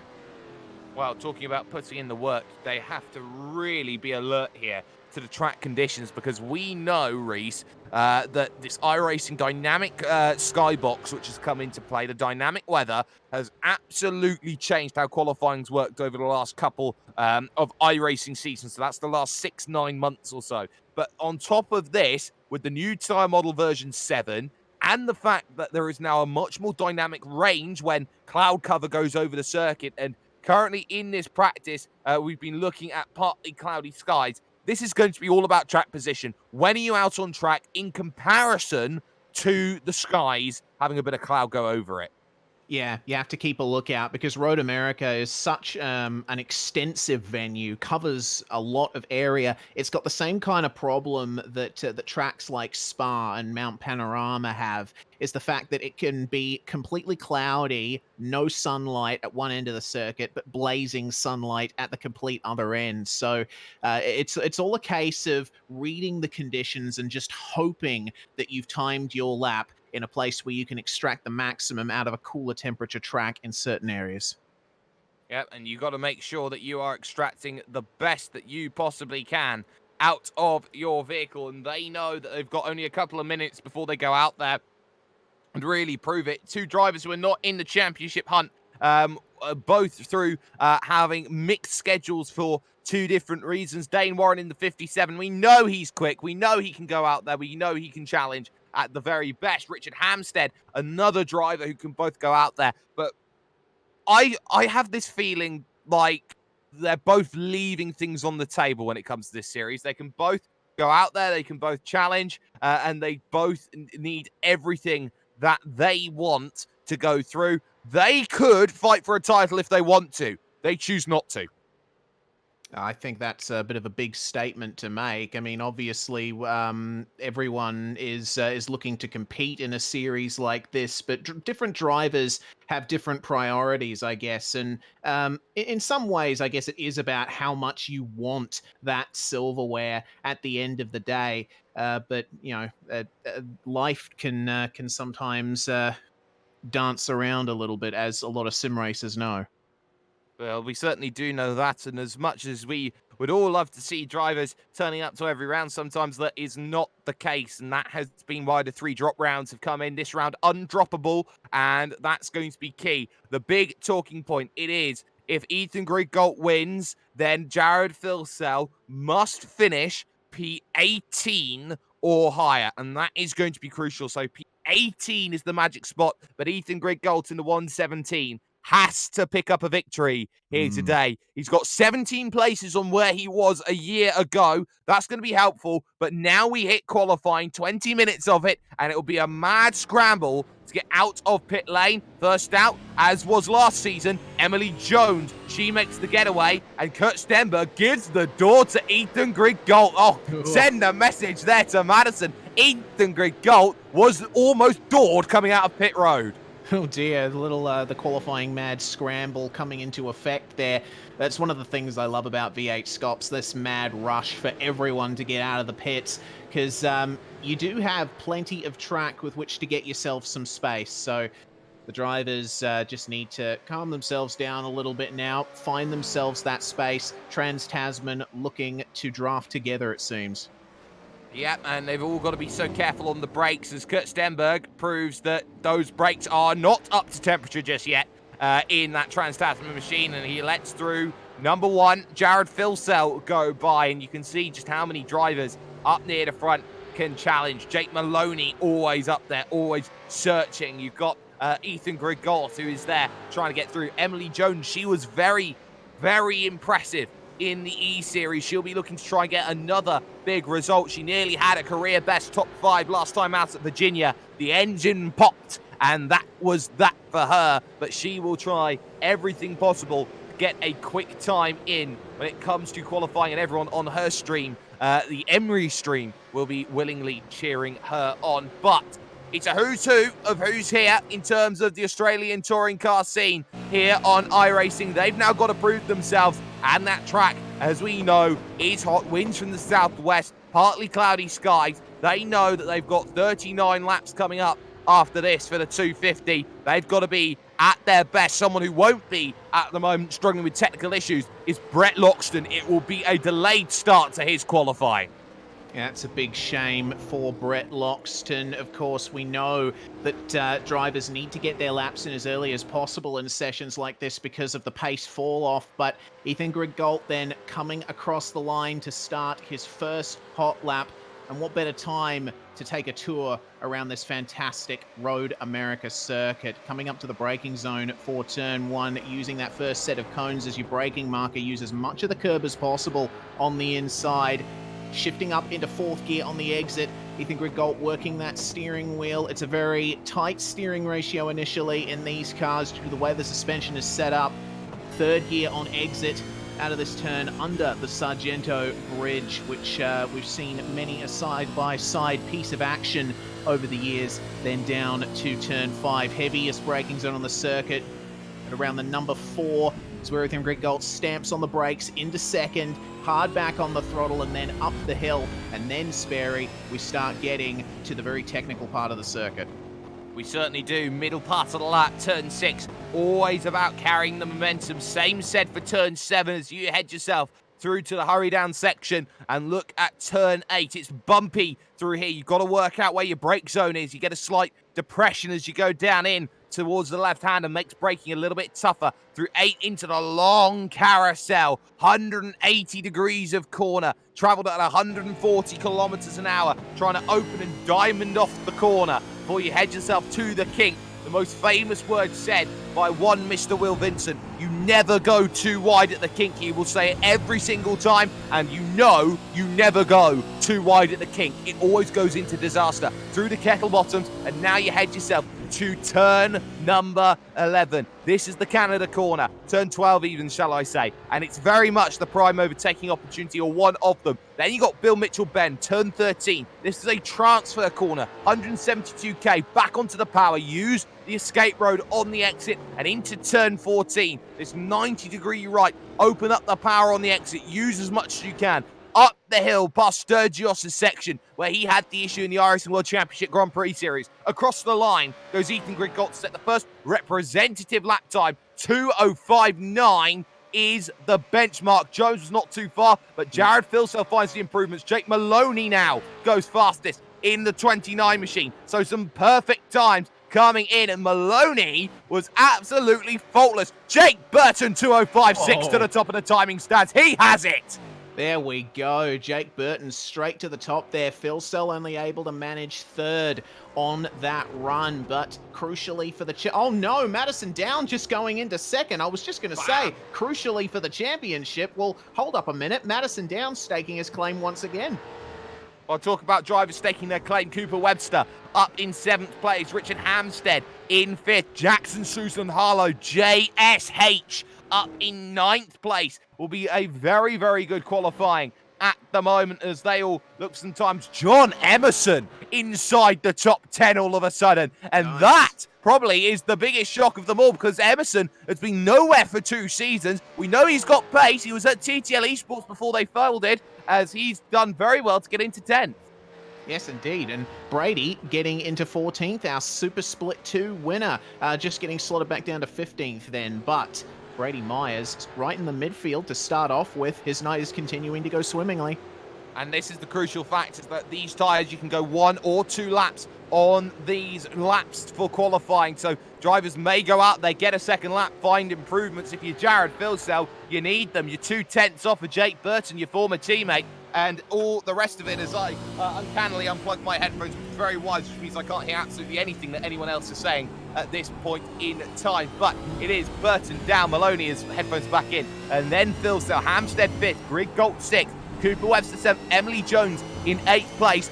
I'm going to say this, Jared Philsell not being on the front row of this grid, we know the one weakness that Jared Philsell has, if you can call it that, is if he's put into battling conditions, he is more liable to get into trouble. We've seen it this season at Interlagos. It could very easily happen again here.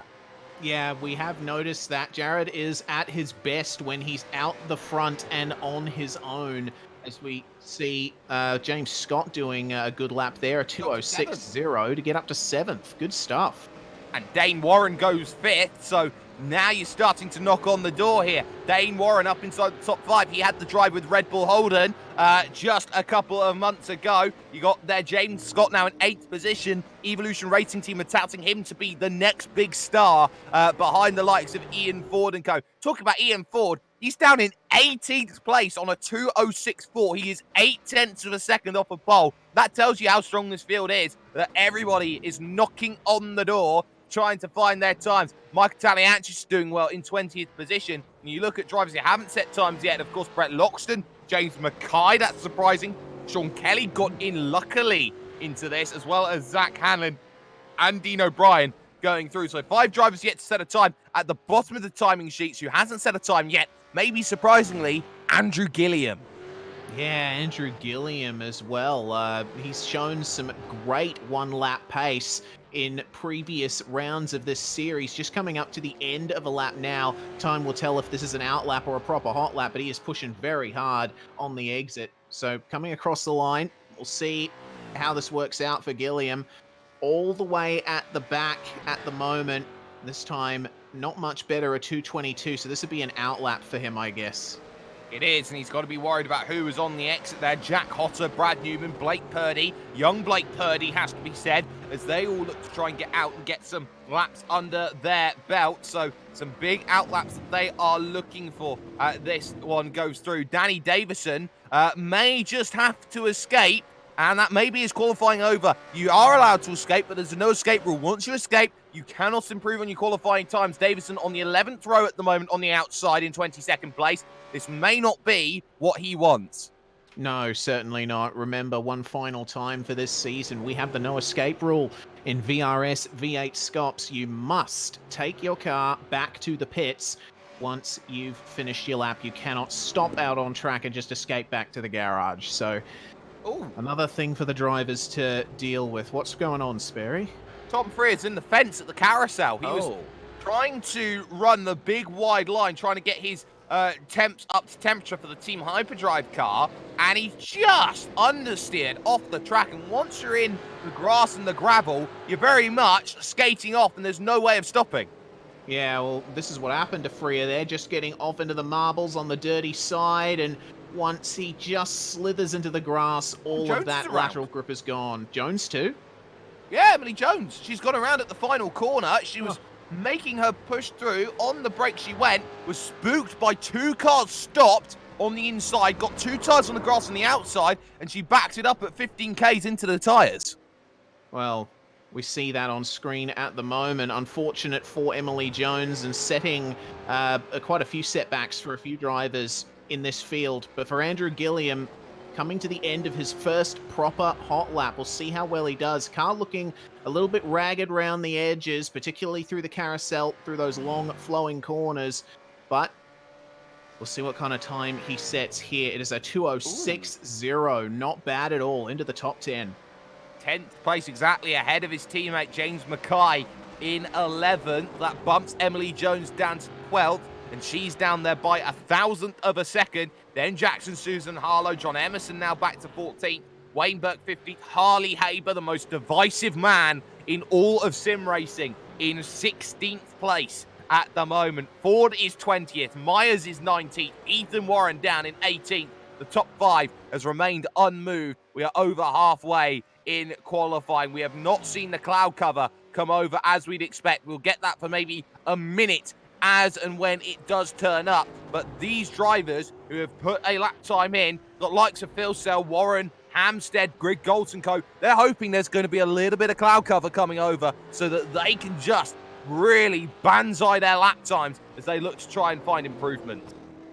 Yeah, hoping for that little bit of cloud cover, little bit of extra grip on the track, cool down that racing line that is getting pounded by molten rubber every few seconds. What about Hanlon then coming across the start-finish line? It's going to be a lap in the 207s. It's a 207.7 for him. So no great improvement for Zach Hanlon there, unfortunately. Yep, no improvement then for Hanlon, and of course the lap time didn't count either, so he doesn't get that for a 0x invalidation or a 1x invalidation. You can't run off the circuit at any given point in time due to the iRacing parameters. You can't hit anyone, you can't do anything. Very much, you have to be on it like a rocket if you want to try and get yourself through. I'm struggling for that analogy there. But ultimately, these drivers have all got to find those times as Ethan Warren goes fastest, 205.6. Where did that come from? That is an excellent time. We were going to talk about Madison Downs' 206.9, which has ended up being basically nothing, but where on earth has Ethan Warren come from? I don't know what to say to that. We've never seen Ethan Warren up inside the top 5 of a qualifying. Never. Ethan Warren has been very much the Ralph to Dane Warren's Michael, and that is the breakout lap time that Ethan Warren needed. Excellent stuff. And Wayne Burke, meanwhile, coming across the line to set a time, slipping down to 17th. It's going to be a 206.1, and that puts him back up into 14th position. But Ethan Warren, the news of the moment, of course.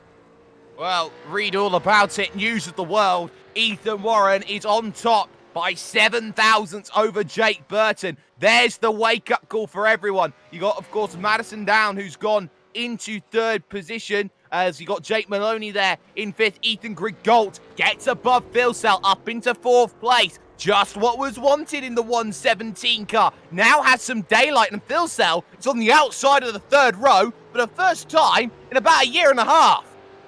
Yeah, very odd to see Phil Sell outside of the top 5 at the moment. Still out there setting lap times, though. He's got 6.5 minutes with which to get at least one more lap in. Kurt Stenberg and Dane Warren making their way into the pits. They will have time for one final run.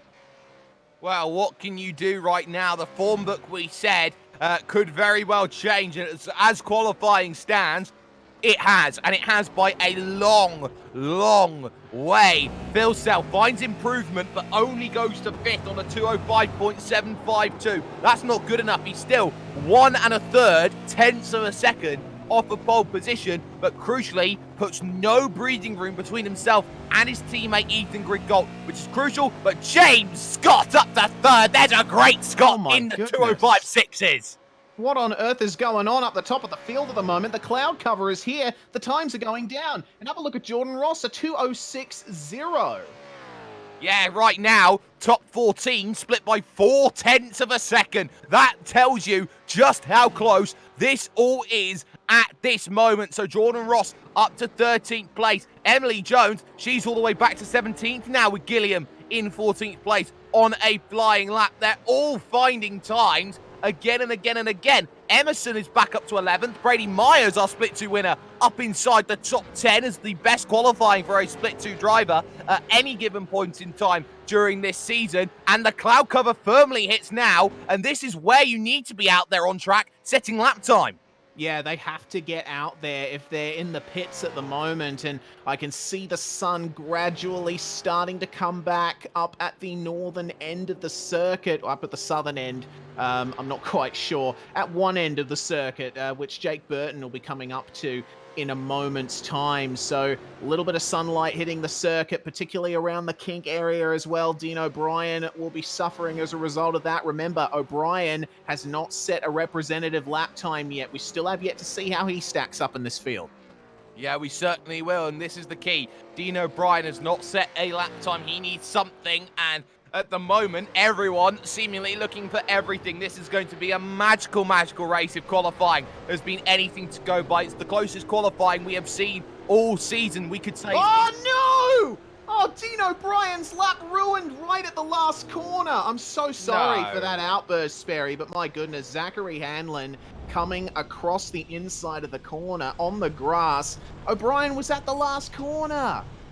It happens just like that. Once you're on the grass, it is like ice. And there will be a lot of talking to Zach Hanlon after that one. He's got it all crossed up and all shades of wrong as they go through. Here's Burton making his charge up to the line. Currently on a 205.633. Needs 7 thousandths of improvement, and the track is helping him at this stage. Has he got what he wanted? No, he's 6,000 short of his own time. So it was close, Mr. Burton. But you've got to go and find it, and you've got 3.5 minutes. And I don't think that's enough time to come in, out, and get another lap in. I think Burton is on the outside looking in now. Yeah, I think he is. It takes in excess of 2 minutes and 10 seconds to get this thing back into the pits after you've finished a hot lap. So with less than 4 minutes remaining in the session, if you're out there, you're committed already. What about Maloney, meanwhile? Currently sitting in 7th place on a 205.794. He's joined Richard Hampstead there in the top 8, but can he advance any further?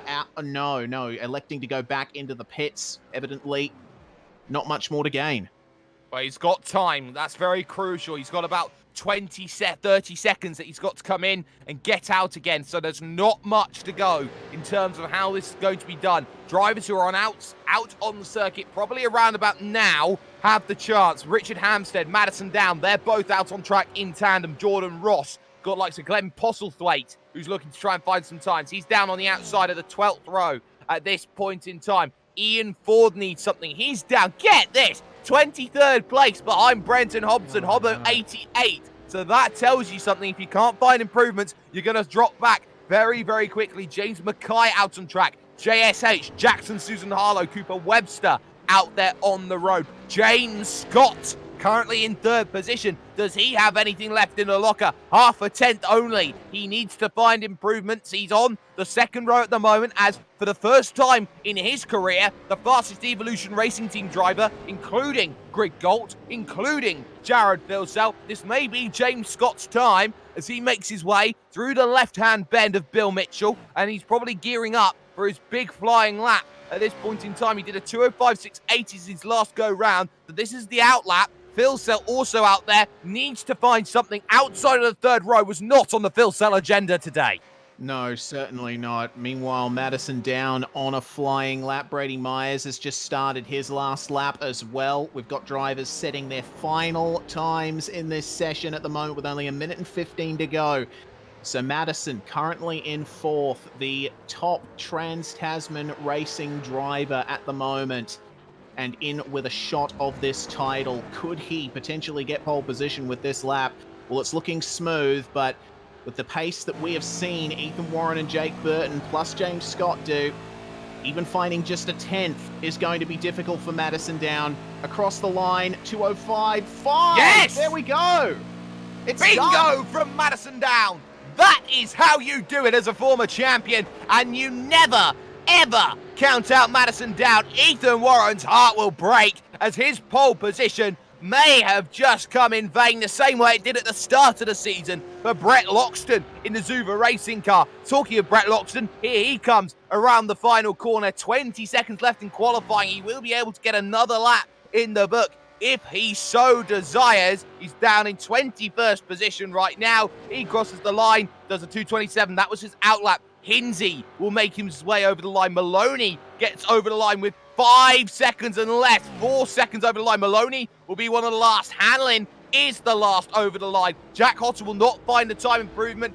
Checker comes out. They can finish their laps. Mastermind rules. I started, so I will finish. Here's Harley Haber in the 21, 19th place. Cross the line he goes. Does not find improvements on a 206.6. Here's Dane Warren, 9th position right now. Yes, there is improvements. 7th. Bumps Filsell to the outside of the 4th row. Greg Galt won't find improvements, nor will Brady Myers at this point. Ethan Warren makes the push to the line. Does not find any improvements on time. Kurt Stenberg couldn't do so either as he tried to get through. Matt Morris crosses the line right now. And here's James Scott in 4th position. Needs to find a 10th if he wants to get himself up near pole position. What does James Scott have as he crosses the line? 206 flat. No, not good enough. Not good enough to get through. Filsell, no improvement, starts no higher than 8th place when it comes to this qualifying. That is massive for the way that this is going to run. But you got Jordan Ross still on a lap, Glenn Postlethwaite, Mackay abandoned ship. You've still got, of course, Richard Hampstead, who could throw a spanner in the works, trying to get a lap done. But ultimately, Jordan Ross, 14th position, will he find the improvement that was so richly desired? As he crosses the line, he does himself 206 flat, no improvement, ever so slightly. Down, no improvement, ever so slightly. Hampstead, no improvement. And again, I'll say it for the third time, ever so slightly, no improvement for Jones. Scotty McQueen, 2066, that's not good enough then. Gilliam won't get his lap in. Wayne Burke is down in 17th place, needs to find the improvement as the final couple of drivers come in, so Burke won't get the improvement. What about Brian Borg down in 34th place? Needs to find more, 2067 at the moment for Brian Borg in that beautiful vehicle over the line. Does himself a 206.735, so he's slightly off of what he needs. In comes Zach Hanlon, in comes Jake Maloney. This is qualifying. So Madison Down puts it on pole position for the final race of the season in the big shake-up, 205.574. He got it when he needed it. He breaks Ethan Warren's heart as he gets second position with Jake Burton starting this one from third. James Scott will go alongside him as the leading Evolution Racing Team car in fourth place, and that is the most surprising thing we've heard all day. Richard Hampstead starts this one from fifth with Ethan Grigalt in sixth position. Dane Warren goes from seventh with Jared Filsell eighth. Jake Maloney will go from ninth, and our Super Split 2 winner, Brady Myers, gets a career best for Super Split 2 drivers. It's 10th place for him in qualifying.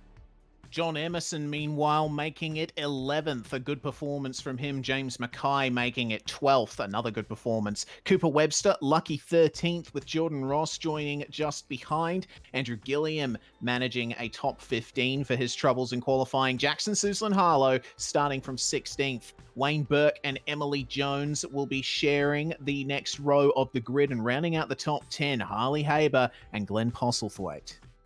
Brett Loxton starts in the blackjack position. Kurt Stenberg will go from 22nd. Has ever been here, has been at every round. Michael Taliancic, 23rd. Brenton Hobson, Hobbo 88 from 24th. Ian Ford from 25th. Marlon McMullen starts from 26th. Then it's Scotty McQueen and Sean Kelly on row 14. Row 15, Danny Davison and Jack Lemon.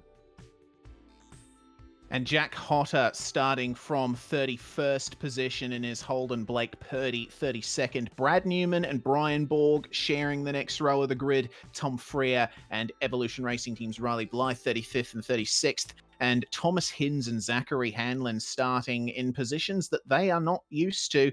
Matt Morris and Dean O'Brien also rounding out this 40-car field tonight. And we're getting word that Zach Hanlon will start from pit lane after his contact with Dean O'Brien. Dean O'Brien was very much outside the 107% line with a 226.5. But we don't do 107% here at VRS V8SCOPS. We do just clean, hard racing. 2 minutes to get themselves gridded up. Or they start with Zachary Hanlon on pit lane. It's 6.44 kilometers. It's 14 turns. It's 39 laps. And it is a 250-kilometer slog for these drivers to try and get exactly what they want out of it. This championship has so many twists and so many turns. Jared Filsell, championship leader, starts from 8th place in the pack. Greg Galt going from 6th. He may just need some miracles to go through the order. Madison Down must do the best that he can do, starting from the front. But there are so many drivers who could just prove to be the kryptonite to so many others. Likes of Dane Warren, for example. Likes of Richard Hampstead, James Scott, Jake Burton. They all could make the biggest difference in the world. And they know that these starts are very hit and very miss for certain drivers. We'll see who finds the big improvement as 2 minutes gets lopped off. For the final time tonight, the iRacing gantry comes on. The season finale starts right now. Good start from the third row there from Richard Hampstead. He gets a good jump. Ethan Griggold gets a fantastic one. And Filsell's gone nowhere. Filsell's gone straight backwards. Look at the drivers going past Filsell. There's a Mark 1 car. That's Harley Haber who's gone by as they get into turn one for the first time. wide is one vehicle going through, just trying to be careful. I think that's James Scott who's lost out off at the start. Madison Down is okay off this getaway, but through the opening sections of corners, Jared Filsell has had an absolute shocker of a start and now finds himself battling with Jackson Suzlin-Harlow down the Moraine Sweep. Yeah, in 13th for Jared Filsell now off that start. Not what he needed at all, but here's an onboard view from Ethan Griggolt chasing down, coming towards turn 5. He's on the outside versus Richard Hampstead. Has to slot back in. A little bit of contact from Dane Warren as well for the championship contender. So a lot of them having a rough time out there at the moment, but Madison Down just got it worked out the front. He's got a car length or two over Ethan Warren. Well, you got to work out where your placement is, and right now it's all about placements at the moment. Filsell side by side with one Brady Myers on the brakes into turn 8. Myers goes too deep though, and it's 3 wide in the background, and shoved out to Narnia, why don't you? That's Cooper Webster in the grass as he now tries to save it. Can he get it on track? Yes, he can, but ultimately he's right down near the back of the field now. Yeah, and at a point of the track where it's going to be hard to slot yourself back into the queue because they're all focused on maximizing their mid-corner grip through the carousel. So bad luck for Cooper Webster. Plenty of opportunities to make right on it, though. Meanwhile, Dane Warren chasing down Ethan Griggolt coming into Canada corner. A little bit of a gain under brakes, but Ethan is just holding him off. Brady Myers actually going side by side, with Jackson Suzlin-Harlow through the next couple of corners. He certainly is. Around the outside, tries JSH, no room at the end, and now has to deal with the grass, and suddenly Myers under pressure. Here's Wayne Burke trying to get the one performance car around the outside. Jordan Ross trying to battle it. A hectic lap completed as they go through, and Wayne Burke gets it done around the outside. No room at the end behind for Jackson Suzlin-Harlow. He must stay behind Jordan Ross, and now they are Noah's Ark. Filsell side by side then as Mackay has to battle it out now with Maloney through turn 1, and Mackay goes straight on, and Filsell gets one. Filsell masterminded that move. 2 for 1 and the mark of a champion. Yeah, excellent stuff. Hopefully we get a replay of that one because it was a good bit of heads-up driving from Jared Filsell. Here we go, modem simulation replay. So James Mackay up ahead of these guys and got the run on Maloney. There's Filsell tucking into the draft, gives Maloney a little bit of a bump too, and then slots himself out on the outside so that he has the optimum run through the corner. Mackay obviously running wide, Maloney checks up, and there goes Jared Filsell right by. Great bit of driving, as you said, Sperry. Mark of a champion. Griggolt. He's shoved. He's given the door by Dane Warren. Saves it. Back on track ahead of James Scott. But all of a sudden, it's now one car between himself and Jared Filsell. He's got to get up to temperature quickly. Your top 5 at the moment is Madison Down, Ethan Warren, Jake Warren's off. And there is Warren off. Yeah, you're absolutely right. And now he drops back behind one Jared Filsell. And now look at this. Here's Maloney trying to go around the outside. Get out all of the Sandman quotes because Maloney is there. Oh my goodness, don't go too wide through the kink, people. There we go, Maloney conceding, but he still has to work with Harley Haber, who shows the nose on the inside. Now they're going to be side by side for Canada corner. Maloney just touching the grass. A little bit of a wiggle from the car, holding it off on the outside. Haber gave him just enough room, but too much contact. And that's Ian Ford in the gravel trap.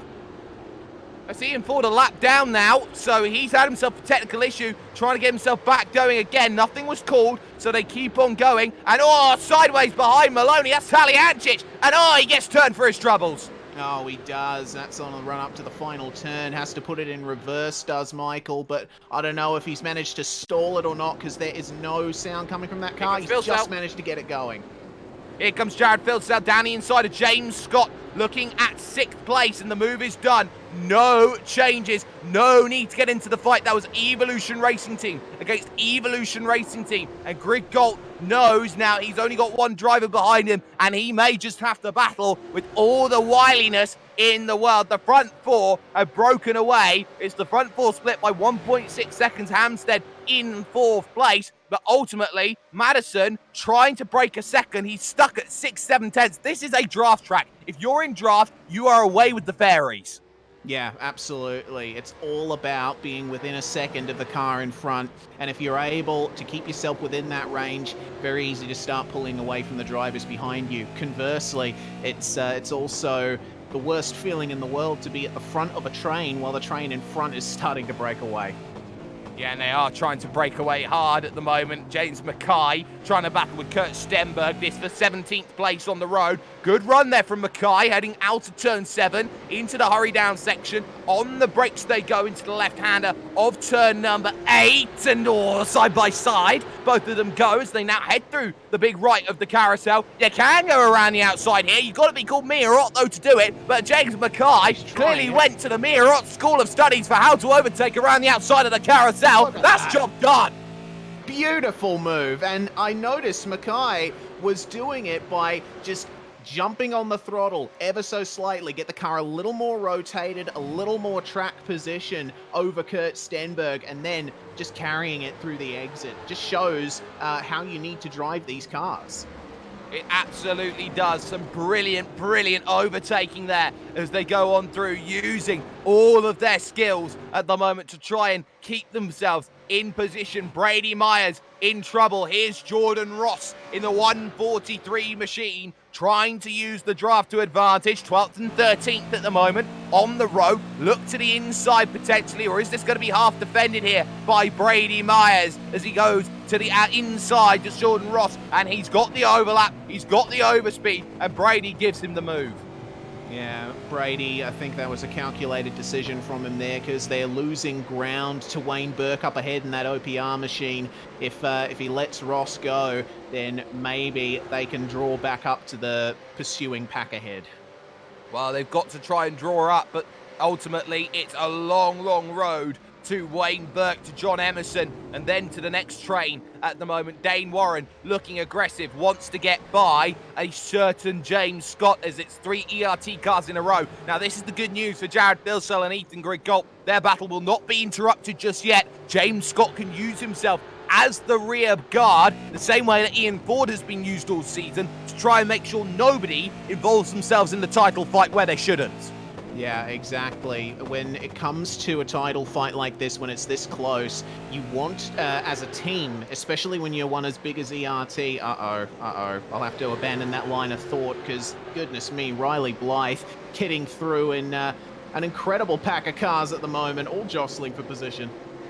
Oh, yes, they are. It's absolutely massive. Look at this behind now, as you've got Jack Lemon under pressure. This is Matt Morris, and then Sean Kelly just behind that. Behind him, Danny Davison, Thomas Hinds, all going at it as they make their way through the big right of the carousel. Now over to the big other right of the kink, and now you've got to try and set up the run here in the mid to late pack. This is all behind a Scotty McQueen, who finds himself in 27th place at the moment. On the brakes they go into the right-hander, and no changes in an 8-car scrap. Well, they're all in a consistent train here at the moment. McQueen up at the front, Brad Newman, followed by Riley Blythe leading all of this up. And I have to say, Blythe is looking the cleanest out of most of the cars in this pack, keeping nice consistent lines. McQueen is dealing with a little bit of damage on his front end, which will affect his pace. Where? Purdy and Loxton, and also Brenton Hobson, and also Jake Maloney trying to get in, and Hobbo nearly got 4. Oh, he gave him a shove, and he's got the 4. Brilliantly done, but here comes back Maloney, going through for it into turn 3, through the kink of 2. Maloney gets his just result, but Brenton Hobson was so aggressive, and Hobbo88 also streaming live on Twitch will be very happy with that. Big wiggle to try and get back to the inside in this massive pack. Yeah, absolutely. Now he's trying to go for it on Maloney down at turn 5. Maloney keeps it right in the middle of the road and then moves over to the left. Hobson has to concede.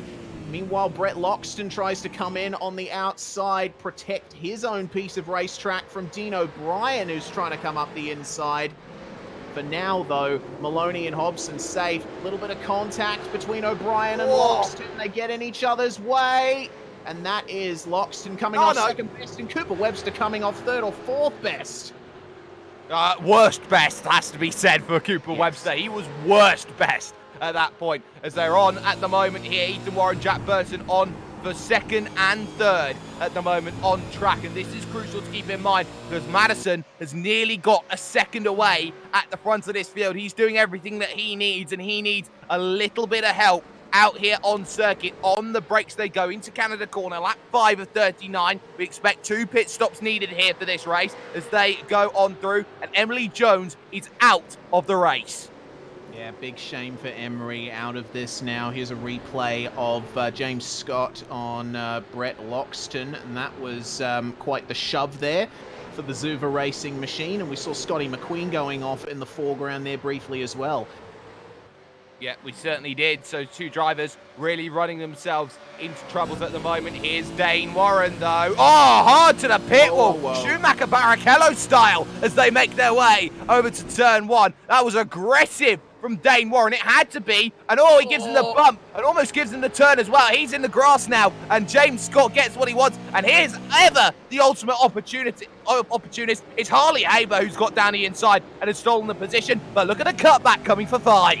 Yeah, we'll have to wait and see how this works out for Dane Warren at the end of the straight. He's well within draft range, should be able to get back up beside Haber before the braking zone. Haber's not making any move to defend this. He's going to let Warren have a go at it. James Scott obviously too far ahead for either of them to gain any advantage. So easy done between Dane Warren and Harley Haber, swapping positions back. It's on for the lead again, meanwhile. It is. You can never escape too far. Madison Down, Ethan Warren, Jake Burton, Richard Hampstead, and great work from Ethan Griggold over the course of these last couple of laps. He's pulled himself and Jared Filsell into the train. So this is now the big worry. Filsell's on the leading train. It's 6 now to the fight, but the first and maybe the easiest of the pickings right now is going to be Trans-Tasman Racing's Richard Hampstead. And if you looked a year ago, you would have never said that statement. No, you wouldn't have. And a replay once again of Jack Lemon coming down the back straight. Jack Lemon out of the race, we're hearing, and engine went pop. That's a very inconvenient place for it to happen. It is, but he was right next to where he needed to be in order to get that to go, and he may get in trouble for the very quick escape that he had coming out of this as he lost a little bit of ground. But 1, 2, and 3, Down, Warren, and Burton, followed by Hampstead, Griggold, and Filsell as they go out on track and continue to have their battle and their scrap. The top 6 split by 3 seconds the last time they came across the line. It's going to be a little bit less than that as they come up over the rise and start lap 7 here of 39 in this championship decider. And it's on for the race lead because Ethan Warren had a little look to the inside, but he thought better of it. Could be thinking about the pit stop game, saving the fuel behind Madison Down, who will not have any help whatsoever to get those numbers down, and he will be longer on the lane. Yeah, absolutely. That's the main thing you're thinking about when you're up behind someone's bumper at Road America. What is the fuel situation? What can I do to conserve? Well, Ethan Warren and Jake Burton doing very well to conserve themselves. Richard Hampstead falling back from this top 3, meanwhile, currently sitting in 4th place, a few car lengths behind Burton. He'll be facing a bit of pressure from Ethan Griggold and Jared Filsell soon, especially considering he just locked up into turn 5. Oh, Danny inside. Brady Myers trying to get it done on Jordan Ross. These two going at it together. Glenn Postlethwaite waiting in the wings, side by side up to 6 up the hill. And, daughter Brady and a freebie. And a freebie goes there for Glenn Postlethwaite. He'll be happy with that as they go through. And it's a safety car out on track. And it's a safety car for Scotty McQueen. It is. So we saw Scotty McQueen with some issues earlier on. We'll have to... he's off the track at the same location I saw him go off before. So something has obviously happened to McQueen here. Engine silent. Maybe he popped it. Well, we'll see on the motion simulation replay, of course, and this is where you're going to see, you've got to look a little bit back here at Scotty McQueen. So this is him back in 38th position right now. So he's making his way through to turn 5. So we're a little ways back, so we'll have a little bit of time to dissect how this goes on. Got to keep an eye out on strategy as well out on track, because all these drivers will now start thinking about where is the strategy card going to be thrown for the likes of Madison Down. Up the hill through 5 and into 6. We're not going to catch it just yet. We're going to catch it in a moment here on the iRacing Esports Network. Through 6 and into 7, everybody is coming down onto the lane. Keep that in mind as we get this replay onto you. Everyone who's coming down onto the lane. Scotty McQueen on the brakes into turn 8. And that looks like, if he's not gone anywhere, that it could be, my race is over, I've got damage, I am going to need to wait. But now everybody on the lane, this is the big battle of pit crews, Reese. It absolutely is. Everyone down on the lane at the moment and jumping box, into the pit boxes. Yeah, that's not going to work out well for the ERT pair. You see Ethan Warren pointed directly towards pit exit here. This is going to be the first pit stop of what should be 2 in this race. So this is only the first stage of the pit stop battle. First away was Richard Hampstead, and he's actually jumped all of the way up to 3rd place behind Ethan Warren. Wow, good work. Burton didn't do too much, but look at Jackson Susan Harlow. He was 16th coming into the pit stops. He's now in 5th, and he's done that by underfueling the car. Yeah, goodness me. Actually, we're hearing from our director that he never went into his box, so he might have accidentally missed it. Wow. That is not going to work out well for him, especially under safety car where he could have gained a massive advantage. Well, he could have done just that much, but ultimately, Jackson Susan Harlow missed his box, has to go around again, and that is the worst feeling in the world. I did everything right. I came down in as expected, and it has not worked. Crucially, in that stop, Phil Sell has jumped Ethan Griggolt because he missed his box, had to reverse back. So that's crucial. It's all shake-up. It's all change at this point in time, and I think every driver out there knows that they have just seen how this looks. So Madison Down still leads. Ethan Warren still in 2nd. Richard Hampstead, though, who was looking like he was falling back, jumps Jake Burton into 4th place. The big change as well, looking back, I think a couple of drivers just have to be very, very cautious about how they run for the next stage of racing here, because they know that 3 laps have just been taken off the board. Yeah, and out of all of the drivers that have taken their pit stop so far at the top of the field, the quickest pit stop was Harley Haber, 11.4 seconds. So look for him to be one of the first to make his second and final one. Well, it may be that Harley Haber wants to be aggressive on this stint. He knows that every time you get a little bit less fuel in, you're slightly faster, you find a 1/10 per 10 kilograms. So now you start trying to think about, well, what can I do? What can I find? Exactly what is needed at this point. We will stay out for at least one more lap behind the Oceanic Sim Racing safety car as they look to go through. So for now, you have to start thinking. Madison Down has done everything right in this race, has led every lap so far, and has not been challenged at the moment. The big key, though, is that Ethan Warren has been biding his time, has been waiting for the one moment where victory has come along. And he hasn't had many opportunities as Ethan Warren. This is the closest he has ever been to a race victory when it comes to Scops. Yeah, so he'll be chomping at the bit to do the best he can out of this position. Interestingly, Ethan Warren and Madison Down, their pit stop times almost similar, only a 1/10 separating them. So I think it's going to be more of the same from Ethan Warren in this one, just staying behind Down, saving the fuel, making sure that that second stop is super short, and then hopefully vault himself into the lead. Into the pits comes Jackson Susan Harlow for a second time. Well, time for a do-over. He'll have to go all the way to the back of the field, and he will be mightily frustrated that he got that horribly wrong the first time by. We'll see if he makes his box this time through, but JSH with a mistake unbecoming to him, but what is good for him is that he's getting this experience out of him right now. Just 17 years of age. He knows that he can get it right the next time by, and he's got many more years to go and fight for titles and race wins. He certainly has, and he's got a huge amount of pace, has JSH, in many different categories, and certainly a hard worker as well in the V8. So Brett Loxton down in 36th, making his way out of the pits as the field bunches up behind the safety car. He'll just come up to the back of the train here. What does Jared Filsell do from here, Reese? We know that he's got himself back up into 5th place. He's up 3 positions, surprisingly. He's had a fantastic start to this event, barring the poor start that he had. But this is the big question that has to be asked here of Jared Filsell, as this now will be pace car coming in this lap. Jared Filsell doesn't have to attack Burton Hampstead or Ethan Warren. He wins the championship by finishing in 5th. One thing he will be attacking for is to make sure that Ethan doesn't attack him. Yeah, exactly. So I think Jared is going to be full eyes forward from here, not going to worry about what's going on behind, focus on his restart, make sure that he stays with this leading pack of Burton, Hampstead, Warren, and Down. I think that's one of the only options he has at the moment, because backing off, certainly he could lose track of that draft and fall back into the clutches of the cars behind him. Interestingly, Phil Sell's stop quicker than Warren's and Down's as well, so another thing to consider.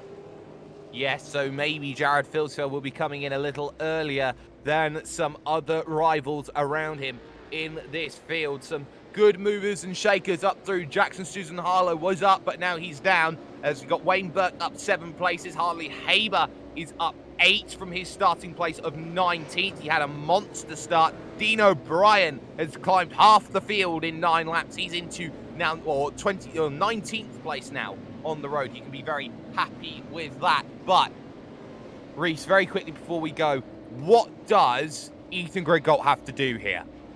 Ethan Griggold has to stay with Jared. It's as simple as that. He has to stay as close as he can to his teammate, get up to that front pack, and see what he can do versus Down, and just hope for the best.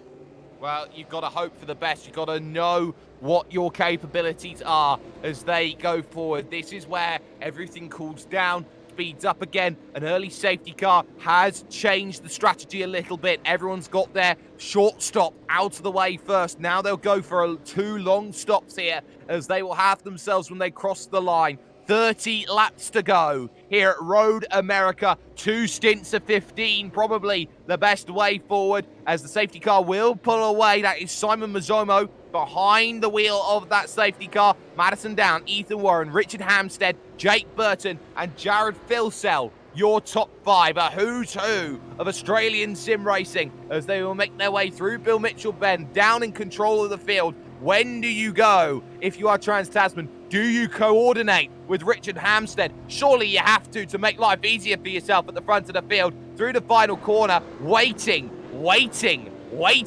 he goes, and now he decides to go, and Hampstead was alert to it, and someone wasn't. It was Ethan Warren. He'll be under pressure. He's hard to the inside already as the green flag comes out. We'll get back racing again, lap 10 of 39, and side by side all the way to turn 1 they go as they look to try and get the run. Hampstead on that outside line cannot get them done. Great scrapping. Ethan Warren just about holds position.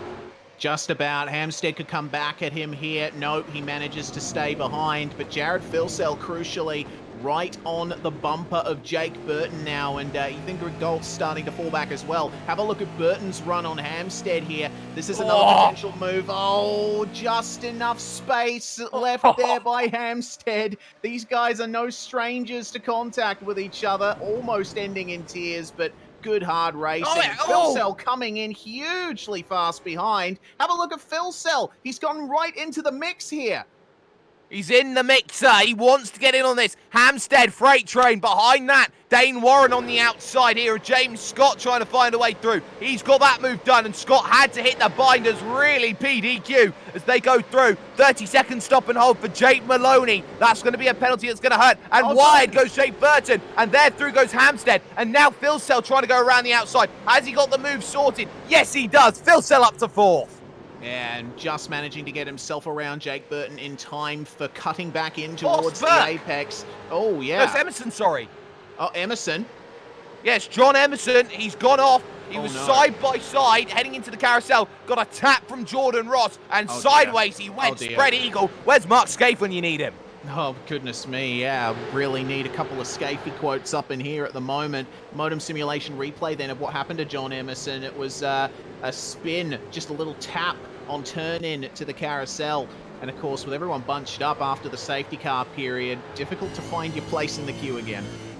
And Madison Down is gone. He's checked out from everybody else in the field, and he's now got himself running about. So now Down leads, Warren 2nd, Hampstead 3rd, and it is now Jared Filsell in 4th position. Dane Warren on the back of the train as well. Got to keep an eye out on him. He could be absolutely anywhere at any given point in time to go out and make some moves, but we've seen so many drivers are so good at this battle, but the bottleneck Ethan Warren at this point in time. Surely Hampstead's got to go and make the move. Offense is the best defense, and then he can look and be aggressive as they go through. And yeah, oh indeed, Cooper Webster that was, sliding it about. Yeah, he's having a lot of adventures out there at the moment. Is Webster going toe-to-toe with Kurt Stenberg at the moment? Stenny, a little bit of a mistake in the middle. Yes, here comes Phil Cell indeed. Richard Hampstead moving to the inside to try and get past Ethan Warren, but only just managing to get up to the side by the apex. Potentially 3 wide, no, but Phil Cell has the inside on Hampstead. Not able to bust his way through. He has got Ethan Warren right there, but he's managed to get through. Move done, and we got a car around Brenton Hobson. Yeah, Hobbo88 turned around, and that was not ideal, as this is the Motum simulation replay to see exactly how this came about in terms of this battle. On the brakes into turn 5, side by side, with the synergy car, around you go. There we go, that's Andrew Gilliam in the pursuit car. They're just giving the turn. That was not part of the script. They will not be best pleased about that bit of contact. But Philcell now can go out and attack Ethan Warren, and look at where Greg Gold is in comparison. He's not found a way through anyone. He's stuck in 6th place at the moment. On the brakes they go, into the big right-hander behind that. Look at that, Harley Haber all over James Scott trying to find a way through, and they're getting on the back of this train as well. Very much, it's a case of Ethan checking up the field at this point in time. Philcell's got to be wise to how he makes this move. He's got to be very, very careful about how he goes and attacks Ethan Warren. Well, he's in the draft, and it looks like a fairly easy move from here, at least on paper, but Jared Philcell not having as big of a run as I thought he would. My goodness, might be electing to stay behind, maybe. No, actually. These drivers always second guess me, don't they? Will Ethan Warren be able to hold it round the outside? Only just, but Philcell's got the inside again. I tell you what, this is only benefiting Madison Down at the moment. It is, and side by side, great run off of the exit, but now it's the draft train. This is crucial now, because Ethan Warren is going to get a little bit of help here from everybody else behind. Gives him the NASCAR style draft help as they go up through this section, and you can see how everyone doesn't want Jared to be in there. He tries to brake on the outside, then trying to make it work at turn 5, trying to get the run around the outside stuff. They fought so hard. Little wiggle from Philcell up the hill. Oh, door to door, panel to panel into 6, and now Ethan Warren, can he shut the door? Greg Galt makes contact with Burt as they go through, and Dane Warren trying to find an angle, but Philcell inside of turn 7 finally can get the move done. That is a masterclass, and here comes Hampstead. Yeah, Hampstead trying to take advantage of this on the inside then of Ethan Warren, but the younger Warren has the run there, the traction on the outside. Look at Burton coming back as well. He's managed to recover as it looks like Ethan Greg Galt having some trouble with Dane Warren just behind as well. So things changing quite a bit here in the top 8. We've still got to remember Harley Haber as well. He's managed to shake off James Scott, and he is hot in pursuit of these guys. Oh, you bet he is, and chomping at the bit is young Harley Haber, the most divisive, decisive, and very much difficult man to deal with. There's Dane Warren down the inside of Ethan Greg Galt, door to door again as they go off of the exit there, just rubbing room between them as they make their way through the left. Dane Warren's off straight on at Bill Mitchell, and ceremoniously put to the outside. They were racing at such fine margins, just the slightest contact there, and Dane Warren nowhere to go, and a multitude of positions now behind Brady Myers. Into the pits comes Jake Maloney for his stop and hold. Yes, indeed. Here's a replay of Dane Warren's move. They went really, really close, actually touching panels there for a second, but what got Warren in the end was just clipping the grass on the curb there. Yes, there was a bit of contact, but it was when the curb ended and the rear wheels got over the grass that Dane Warren, his fate was sealed. His fate very much was sealed, and it almost is sealed now for Wayne Burke. He's under pressure right now, and the driver behind, Jordan Ross, wants to get in on the mix. They've got James Scott, who is struggling over the course of this stint at the moment to try and get by 2. So now Jordan Ross thinking about the move maybe on the brakes down the hill. Hampstead having another little bite to the cherry. He's not going to find a way through just yet in the mid-pack scrap as they go through. And look at this behind. Postlethwaite, Gilliam, O'Brien, Webster, all there, all fighting, all in the mix behind. James Mackay. Up the hill they go, 5 to the dance. Webster goes to the outside. Yeah, and Andrew Gilliam going preemptively defensive there versus Glenn Postlethwaite. And look at Cooper Webster going side by side with Dean O'Brien. Webster is just getting his nose in every single doorway at the moment. Oh my goodness. Well, panels rubbing between Postlethwaite and Gilliam as they go to the carousel. Oh, big shot to the rear, and there's more contact. And there we bang, go, there's O'Brien, and off goes Cooper Webster. It was starting to turn into a powder keg, and the fireworks went off. It certainly did. Thankfully, Webster just keeps it out of the tyre barrier there, but now the merge back onto the racetrack is going to be a bit daunting. Modem simulation replay of that incident. We had a couple of things happening at once there. So Webster with the run there on Dean O'Brien. We see Gilliam and Postlethwaite going side by side up ahead, but then there's a little bit of contact between them and then more contact between O'Brien and Webster, just compounding the issue. Compounding a lot of troubles. Greg Galt trying to attack Burton. Hampstead trying to attack Ethan Warren. Jared Filzel's checked out and is closing the race leader down. Madison down. Here comes Hampstead on the brakes. Down the inside, and Ethan Warren's going to fight it every stretch of the way on the outside of turn 2. This is going to allow Burton in. This is going to allow Mr. Ethan Griggault in. They need all that they can get at this point in time, and there is Hampstead. He's got the move for the moment, but turn 5 comes up pretty quickly in terms of this battle, and look at this. 4 to the darts. Where do you go, Mr. Burton, if you want to make this move? You got Richard Hampstead. You've got also one driver. And, he thought about threading the needle. He thought better of it. Ethan Griggault now going to the outside. But still, one Ethan Warren decides he wants to fight. And ultimately, nothing doing. Here comes Jake Burton. He covers off Ethan Griggault, says, no, sir, you wait. And now, all of a sudden, Ethan Warren holds a position and Harley's on the back. Yeah, a couple of bumps there for Ethan Warren. Put him on the back foot versus these guys. So Burton and Hampstead now ahead. And have a look at Ethan Griggault with the aggressive dives to the inside. Harley Haber takes that as an opportunity to try and go around the outside. And is he going to do it into the carousel? He is. Look at Harley Haber. My goodness. Love him or hate him, that is a class move and one that he can be very, very proud of as he goes on through. Griggault now will have to fight his way back against the Mark 1 Starlet as they head through the kink. Slightly wider there was Harley Haber through that section. Ethan Warren needs to get back on track as quick as possible if he wants to try and get this race back under control. Into Canada corner they come along, and nothing doing for anybody at this point in time. They'll set up turn 1, they'll set up turn 5. Dane Warren on the back of Brady Marks has gone nowhere. He's got Jordan Ross, he's got Wayne Burke to get through as well, as this pack has been ferociously fighting as one vehicle actually struggles. That's Jack Hotter, I do believe it is. He's side by side with Brad Newman at this point in time. This is a little lower down in the order, but still a very, very big battle pack.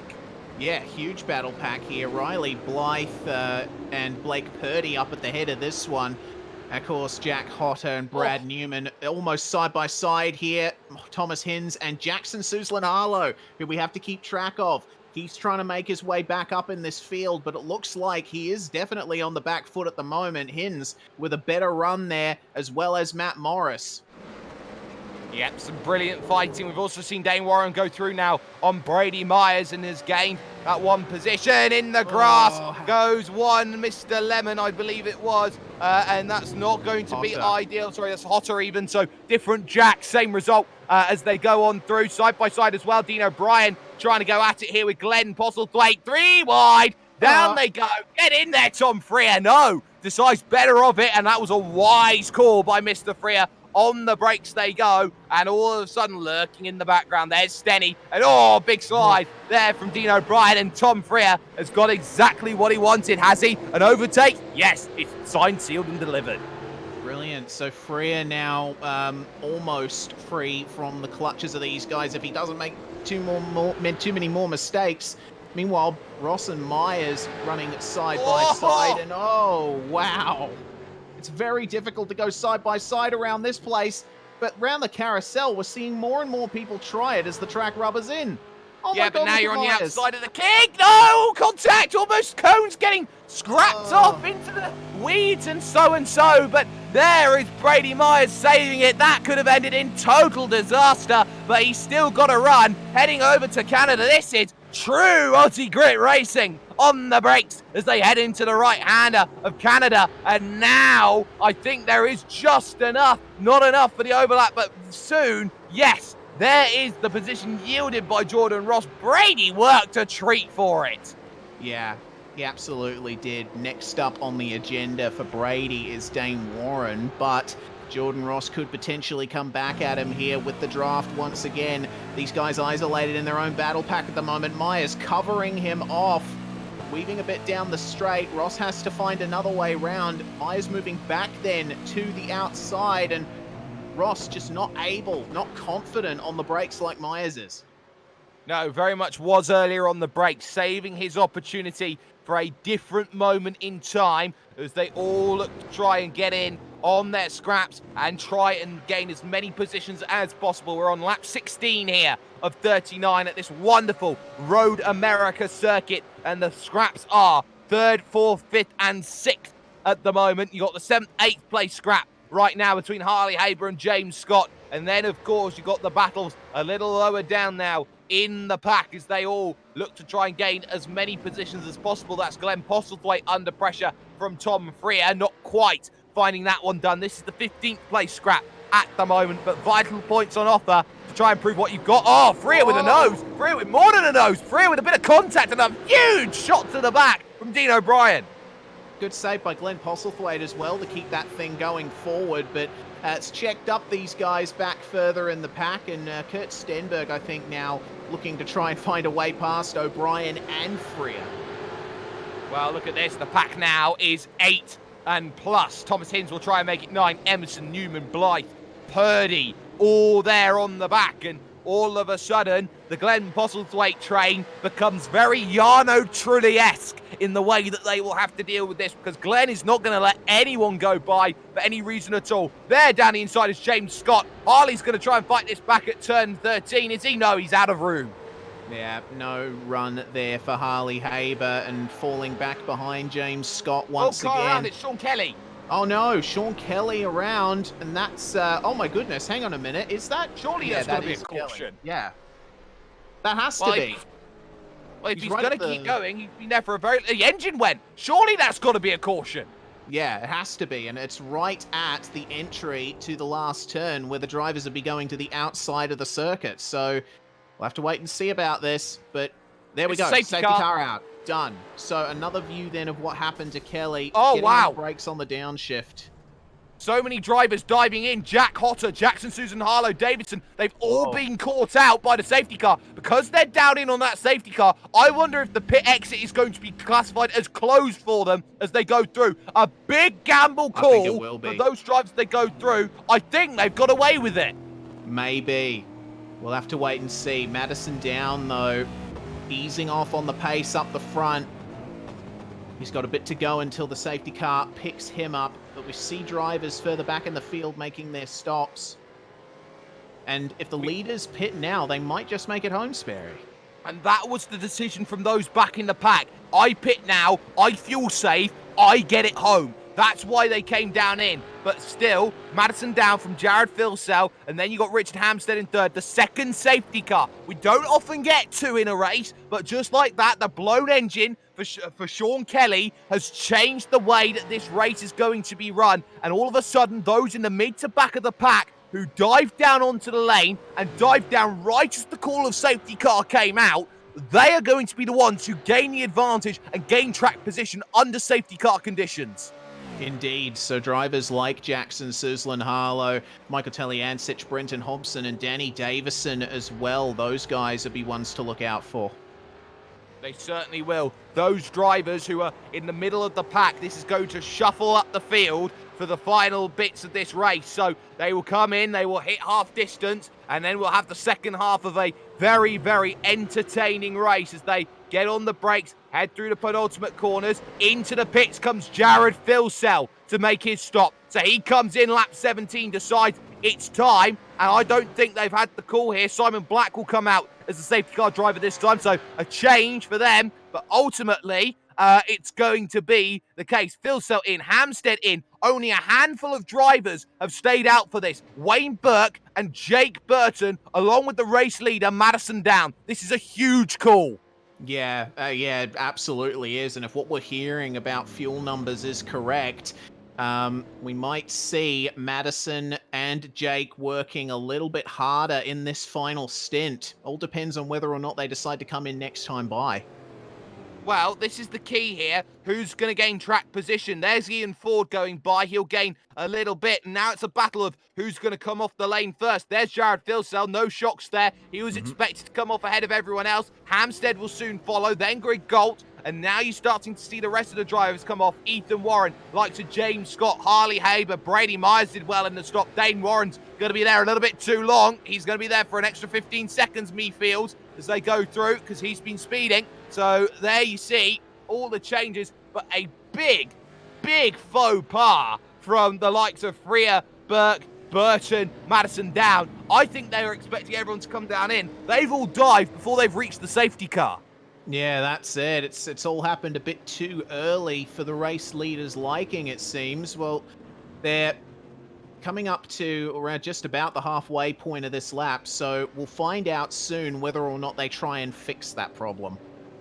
Wow, this is a huge, huge call if you think that the others aren't going to make it home. We haven't seen many drivers get it wrong and try and get themselves home. So this is going to be a huge, huge undertaking for these drivers who have come in. Lap 18 of 39. They're going to have to go over half the distance on a tank of fuel and gamble on a safety car coming out most likely to get themselves home. They'll get a big 3 laps under their belt. I think they were going to get 1 lap under their belt before they go back to green flag running. They need drivers to come down into pits if they want to. The likes of Burton, the likes of Madison Down. They will all look at trying to come down in. Someone else who stayed out is John Emerson, now up into 6th place. But ultimately, it's still in Jared Philsell's hands. He's been impervious so far. He was closing down Madison Down over the back end of that stint. So now this could be absolutely anything going on in terms of the way that this race is run. And I think Madison's going to have to get his elbows out knowing he needs to stop.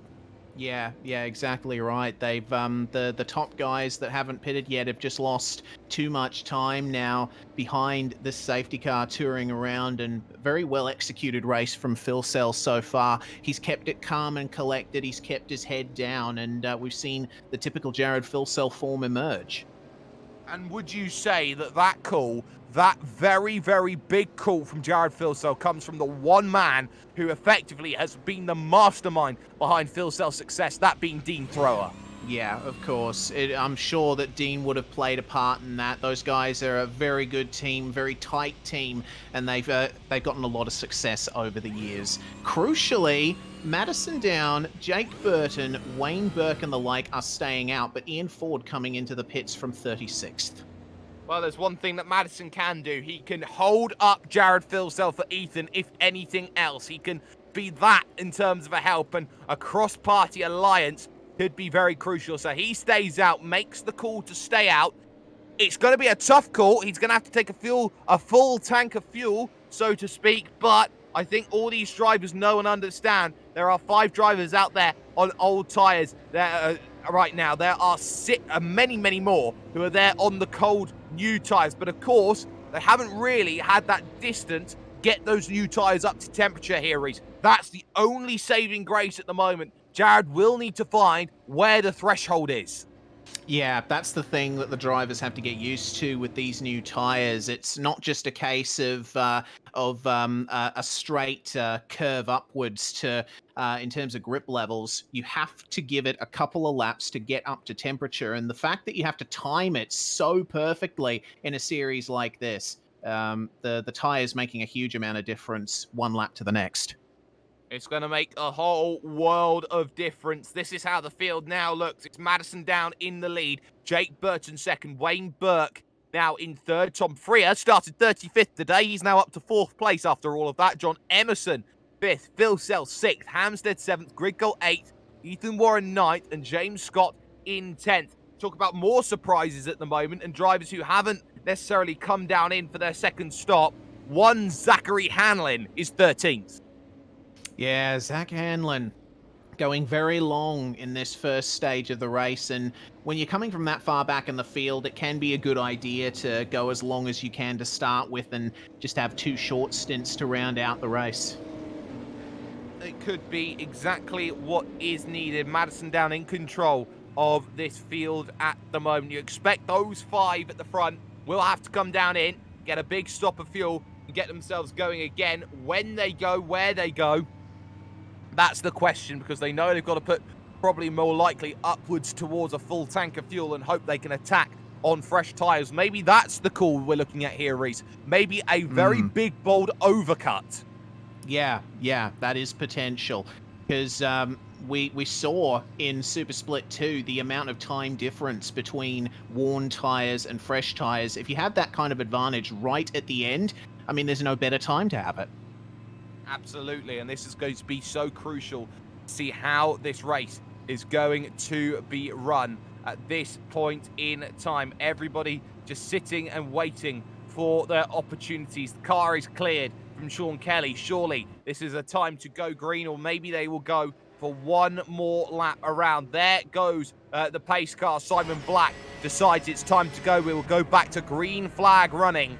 This time by Madison Down in complete control. Jake Burton there in second. Wayne Burke in third. Watch for Phil Sell, watch for Hampstead, and watch for Ethan Grigg Galt as they make their way through the third to last corner, the penultimate one of Bill Mitchell Bend. A lot of room given for Madison Down to go out there to attack, especially with that safety car diving down onto pit road. We'll see how this one goes and plays out for Madison. When do you decide to go? I'd go right to the end of the last corner. You've got to be absolutely on it and know when the right time is. He waits again, though, through this section and then decides to go. Little bit more wise to it there was Jake Burton, but now Wayne Burke, he's got a very good start. Phil Sell under so much pressure off at this start, though. Here comes Hampstead to the outside, and suddenly Phil Sell's got an unwanted guess. He didn't pass before the start finish line did Hampstead by 9 thousandths. He'll be crucial with that. Around the outside goes Hampstead, and Phil Sell, all of a sudden, the room has to be given. Cold tyres, they're going to be crucial. 2 wide, and he gets an extra one for his troubles. There goes John Emerson wide.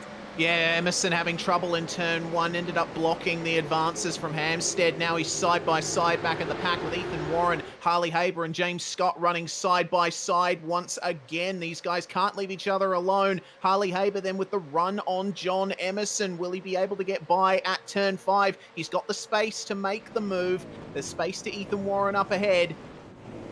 Looks like Emerson trying his best to fight it, but those tyres not working the best for him at the moment. Meanwhile, Harley looking very confident in that Mustang. Zach Hanlon side by side as well. This is with Jordan Ross around the outside. Always going to be a tough place to try and get it done. Inside at 7 seems to be the decisive corner, but they're going to stay 2 wide all the way to 8. Fantastic battling between these two. Hanlon desperately trying to hold on to position. He's still side by side as they go through, but no run off the exit, and thank you very much. There's the position change. Caught an eye out on Ethan Grigg Galt. Tried to find a way past Hampstead. Did not find it. Tom Freer overtaken by Jared Philsell. Next up for him, Wayne Burke, Jake Burton, and Madison Down, of course. Yeah, we just saw an incident there. Danny Davison and Thomas Hinds coming off second best in a scrap further back in the field. Do I hear an oh-no? Yeah, it was the oh-no for that. Yeah, well, unfortunately, Danny Davison not having the best of runs. Oh, have a look Hampstead! at Ross here. Oh, Ross making a bit of contact in Hampstead. Yes, with a very slow exit. So that's Phil Sell by. That's Warren by. Now he's dealing with Harley Haber, potentially throwing one up the inside of the last turn.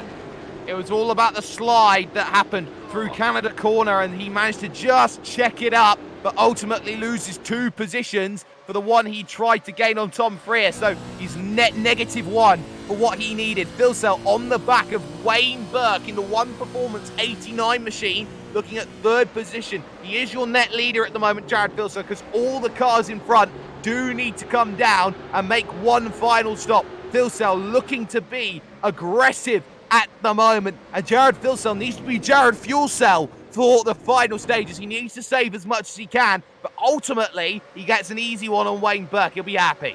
Yeah, he certainly will, and he's drawing up to Jake Burton as well, so he'll be getting a bit of extra draft, bit of extra fuel-saving capability there. And I note that Madison Down has not checked out as much as he has on past restarts. Those slower, older tyres for Down and Burton starting to bring them into the clutches of Phil Sell, who's now gotten them up to temperature, and he's looking incredibly confident. Massive scrap in the back. Dean O'Brien going at it with Jordan Ross down the inside. Oh, give him a door, why don't you? Out into the grass goes Jordan Ross, and he'll lose 8 places. One of them is Dane Warren, another Cooper Webster, another Jackson Susan Harlow. Who's who in the middle of the pack? Andrew Gilliam in there as well with Glenn Postlethwaite, so they're doing well. Here's Jared Filsell though on the back of Jake Burton, and no love lost between these two. Looking to the inside of the King. Oh, no, you Jared. madman, Oh, Jared. Jared. Don't get it done. And oh no, they come together, and into the fence goes Jake Burton. We say never go too wide there, and there you see, there is the reason why. Wow, Jake Burton will be extremely unhappy with that, I would gather. It was a big dive by Phil Sell, but the racing line at the kink very narrow, so unless you're completely ahead of the car you want to pass by the time you get to the apex, you might as well not make the move at all. And unfortunately, Burton, big damage. And Mackay straight on at turn 13. Bill Mitchell-Benn, contact with Brady Myers. He goes around, he saves it. Suddenly a lunge to the inside from Dean O'Brien. He saw it out of nowhere, can't get the move done. So there you see all the changes. In comes Glenn Postlethwaite then to come in. In comes Jake Burton then to come in. So they both decide it's time to come in, make some stops. Here's Ethan Griggolt down the inside of Wayne Burke, and that is position made. Yep, so now it is the top 3, Down, Phil Sell, and Griggolt. And we got to remember Down is the last one there on old tyres. Modem simulation replay of on board here with Phil Sell. And this is the pass on Burton. Yeah, this is what happens then. So he gets an overlap down the inside, and Phil Sell, he knows he's got the inside, but, you know, he's only just got himself alongside, and then he's got himself mostly through, and you see it's a one-line Suitsel corner, makes life very, very difficult. Back live to pictures, though, because Richard Hampstead's now through on Wayne Burke, and suddenly here's Harley Haber down the inside of Wayne Burke, and there's one place you're going. You only have one performance at the moment here, Mr. Burke. You are going backwards. Yeah, Wayne Burke has not had a good race in this this second stage, down in 7th at the moment, and facing a lot of pressure from Scott. Look at oh no, Dane Warren, his night coming to an ignominious end here. Might be a safety car if he can't get it going, but it looks like he's able to. He is able to get it going, but look at this. Phil Sellen down, looking at the battle for the race lead here, and Madison's got to get the elbows out. Jared's got to be wise to the way he makes this move. He wants to pick up another big victory. He started 8th place on the grid. He dropped back to 13th. He has masterminded his way back through the field. We know Madison needs to pit, but Jared has to be wise here to the way he makes these moves, because look at Madison. He'll try and bring Ethan back into it. He'll try and hope that those two come together, and look at this for the defense through the final corner, and Madison up the hill now sees Jared behind, back into tow, trying desperately to get a lane down the inside. Where do you go for it, Madison? Waiting. Now's the time. You go out and attack. 0.08 of a second between them over the line, and in towards turn number 1 they come along. Phil Sell has the overlap, has the overspeed, and has the race lead. And there you see the pace difference between the old and new tyres. Oh, Down trying to come back at Phil Sell there, but Jared way more confident on the brakes, on the racing line, so securing that lead. So now Madison back in an ERT sandwich, but not for long. Looks like he'll start to be the bottom piece of bread. Well, here's Ethan Griggolt trying to close in, and Phil Sell struggling here on top end. Madison's going to try and come back to the outside, try and make this move. Phil Sell is not out of the water, side by side behind Hampstead and Ethan Warren going at it for 4th place. They will fight all the way up the hill. It's settled out in front for the top 3, but Hampstead stuck on the outside, nowhere to go, and Haber gives them a shot in the back as well. So now, who's going to stab who in the back as they head through towards the next right-hander? And look at Madison down. He's struggling as they go through, and now on the brakes down the inside. Can he get it done? He looks like he can. We just saw what happened to Dane Warren there. Unfortunate, innocent victim. So Madison Down Gets back past Ethan Griggold in the middle of the carousel. Griggold just not able to maintain the momentum versus down as Philcell streaks no away way. up ahead. No, don't do it, guys. Good. Good drivers, you know how to race. On they go towards the right-hander that comes along, and of course I'm very rich to talk about that at this stage in time. Here comes Ethan Griggold looking at Canada, hoping that he's going to find it, and he can go all the way from Vancouver to Edmonton and all the way, of course, to the Quebec side. In Montreal, the move is done, the move is made. He's up into second place, but the one driver, the one who has been just that one stage above Ethan Griggold all season, is the one that's ahead of him right now. And you have to feel he needs a safety car or something to catch the legendary phenom that is Jared Philcell. Yeah, Philcell's on top form right now, taking care of those tyres, smashing out quick lap times as well for this stage of the race, so doing extremely well. Meanwhile, Ethan Griggold just holding off the advances of Madison Down, who's trying his best to maintain this podium position, but Ethan Warren looking very racy behind them, as is Hamstead and Haber. Yeah, they're all looking to battle, as is Andrew Gilliam and co. He's got Tom Freer as company as well, but onto the Moraine sweep and the run to turn 5 once again. Who's going to be the aggressor? There is damage to the back of Harley Haber's machine. It doesn't look pretty. I wonder how much aero damage there is as on the brakes they go. Madison's still able to fight despite the fact he's on older tyres compared to everyone else. Haber not close enough to make the move. Ethan Warren will want to get by PD and Q, and suddenly Hamstead's getting pushed through the corner by Harley Haber. Nowhere to go. Side by side they go. Haber was trying to force the move. Brute force the chrome horn. Doesn't work like that, Harley. Look at that. Hamstead will now fight you incredulously hard. Yeah, well, we all know that Hamstead is a militant defender. Yep, hard to get by him, and that's what happened. So Harley Haber shoved off the racetrack there and losing more time yet again. Meanwhile, Hamstead is going to find himself behind James Scott now. Richard Hamstead does not... replay. Yeah, Richard Hamstead doesn't mess with anybody. Harley Haber wanted to play games and ultimately got the receipt that he was asking for. Hamstead's done it before. He's done it to the likes of Simone Maria Marcheno. He's done it to the likes of Jake Burton. He's done it to the best, and he will do it to Harley Haber. And you know what? I would say that was absolutely warranted from the way that they were fighting. Look at Ethan Warren now. He's all over the back of Madison Down, but can't find a way through. Well, I'm looking at Madison's car, and you can see it sliding. You can hear it sliding more than Ethan Warren's car. Those tyres starting to give up now. Ethan Warren with a better exit from the final turn and almost getting up to Madison in Canada corner as well. So it's going to be in the braking zone for this one. How hard is Madison going to try and fight this one? Warren through. He's got the overlap down, trying his best to hold it, but just a little bit of extra traction from that Altus car. And Ethan Warren could have used a bit more room if he wanted to.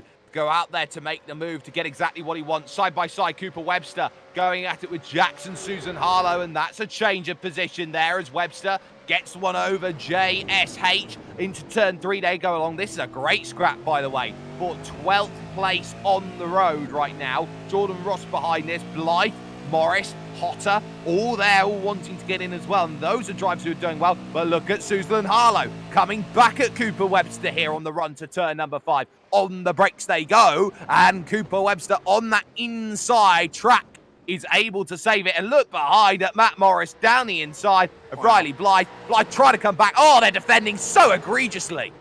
Yeah, Matt Morris straight to the defensive line. He wants to keep this position against all odds, and he's just managed to do it as well. Jack Hotter, meanwhile, trying to find a way past Blythe, who's trying to recover from that. Yes, and this is the big issue, though. You've got to battle, but you've got to battle without losing time around here. So easy is that time to be lost. Here's Jack Hotter down the inside of the carousel. Oh, and he gets contact as well. Riley Blythe saves it, and Maloney on the comeback, mind you, had himself a 30-second stop-and-hold penalty, mind you. He's now back into position, trying to deal with Blythe and Hotter and Morris next, as now here comes one Mr. Jordan Ross onto the back of Jackson Susan Harlow. Yeah, Jordan Ross, another driver that's been involved in a few, shall we say, adventures over the course of this. There's a lot of drivers who have not had their best runnings getting used to these new cars and the style of racing that they provide. Still very similar to how they used to be, but different in some very specific areas. So Harlow with a more or less even exit there versus Jordan Ross. Oh, yep, look at Ethan indeed. Madison's not given up, and this is a big, big battle here. Madison doesn't have to battle like this, but is choosing to, needs to come down for a stop as well, and very soon will be out of that magical fuel that he needs to keep going. There's James Scott behind in 5th place, wanting to get in, and whilst all of this is happening, Greg Galt is reeling in Jared Filsell at the front of the field. So keep that in mind. On the brakes they go, into turn 5 once again. Ethan Warren has been unable to get the job done all day long in terms of shutting out opponents, and suddenly he's got to try and do it again at turn 6. Can he finally shut the door on Madison down? Yes, he can. And he is now through into 3rd place again. So finally, for Ethan Warren, he can put his eyes forward. Madison, meanwhile, getting passed by James Scott through the hurry downs, and that was a fairly easy move done. Yeah, now Madison's facing pressure from Hampstead as well, and you can see that the body language of his car not being nice to him at the moment. No, not at all. It's very much antsy and anxious and not the way you want to be driving. So Madison's got to be careful. If I were one Richard Hampstead, I'd get on the radio straight away and say, I'm racing for a better net position than you. Let me go. You have no reason to fight me. I think that's going to have to be coordinated between these two. No team orders at Trans-Tasman. We've said that for so many years as they go on the brakes into the right-hander of Canada. No changes of position for the time being, but now you start wondering, how far can you go? What do you have left? Where is the big move going to come from to keep things alive for certain drivers to gain positions? And in all of this, keep a circle on that Brady Myers 22 as in comes Madison down to make his stop. He needed to, he was under pressure, and now Brady Myers, who started this day in Super Split 2, qualified technically 43rd out of all drivers, is now 6th. Excellent night for Brady Myers, it has to be said. Along with the split 2, we're now facing a potential top 5 result here if he can keep it together. Certainly looking pacey versus his former teammate Richard Hampstead. He certainly is looking pacey. Gap fluctuating around a second for Ethan Griggolt. He's got the draft. He's got to close in on Filsell. He has to close in on Jared Filsell. He knows better than anybody else over the last 6 races of this calendar, and that includes Bathurst, it includes the 2 races that we saw, of course, at Virginia, it includes Belle Isle, it includes Silverstone, the 2 races there, and now here at Road America to make it 7 straight. He knows he's been the closest of anybody else to get to Jared Filsell. Question becomes, can Ethan come up in the clutch and take the victory? Yeah, big question on everyone's minds at the moment. Well, Ethan's got the pace advantage as Madison Down comes out of the pits on fresh tyres in 24th position. So it's going to be a very hard day from here on out for Madison Down. And here's the battle. Riley Blythe, Wayne Burke, Matt Morris going at it. And this is crucial because Wayne Burke has really dropped himself back. Keep an eye on that. Did of course, 2:55. He came down on the lane. He's actually jumped Madison Down in the stops. That's how much he was fighting. So Wayne Burke has net position gained over Madison Down, who really made a strategy faux pas here today. Yeah, Madison's pit stop was 27.9 seconds. That's the longest out of just about anyone in the top 10 at the moment, bar Kurt Stenberg. So really horrible way for Madison Down's season to finish this. Absolutely it is, but it is the case that had to be made. They're all stuck behind Matt Morris in the Velocity Magazine car as they look to go through. And of course, we say hello to anybody who's out there with a magazine looking to try and give themselves a little bit of a heads up. And Hampstead comes in. Now that's a big thing to keep in mind. If Hampstead's come in, I'm not sure they're all going to make it on fuel here. Yeah, I don't think so either, because Hampstead was one of the people to come in on that first safety car. So, oh my goodness, how is this going to stack up? Very dirty front of that Trans-Tasman Commodore pulling into the pits. And we'll be monitoring that stopwatch, seeing how long Richard Hampstead's time is. He is away. A drive-through penalty, meanwhile, for Thomas Hinds. And Richard Hampstead, I'm searching for him in the timing screen. That was a 10.4 second stop for him. Yeah, a very quick splash and an even quicker dash. He took tyres as well. Mackay, he is behind right now. That puts him in 16th place at the moment on the road. Not where he wants to be, but that splash is crucial to everyone else in the field. It now becomes a game of who can save the fuel. Ethan Warren under pressure. James Scott, he might just get what he wants as he heads through the big right-hander of the carousel, and this could be a worry for other drivers in the field. It may just be that Hampstead is more aggressive on the noisy pedal. It may be that everyone else is okay. We may not find out the results of this race until lap 38 for this championship. Yeah, and that's why we love the series, right? You never know exactly how things stack up until the checkered flag flies. Awful lot of stories to come out of this one today. Lots of conflicting and snaking storylines as the drivers make their way around this circuit. I'll tell you what, Hampstead is going to be one to watch. It'll be the one that defines how the rest of the field reacts.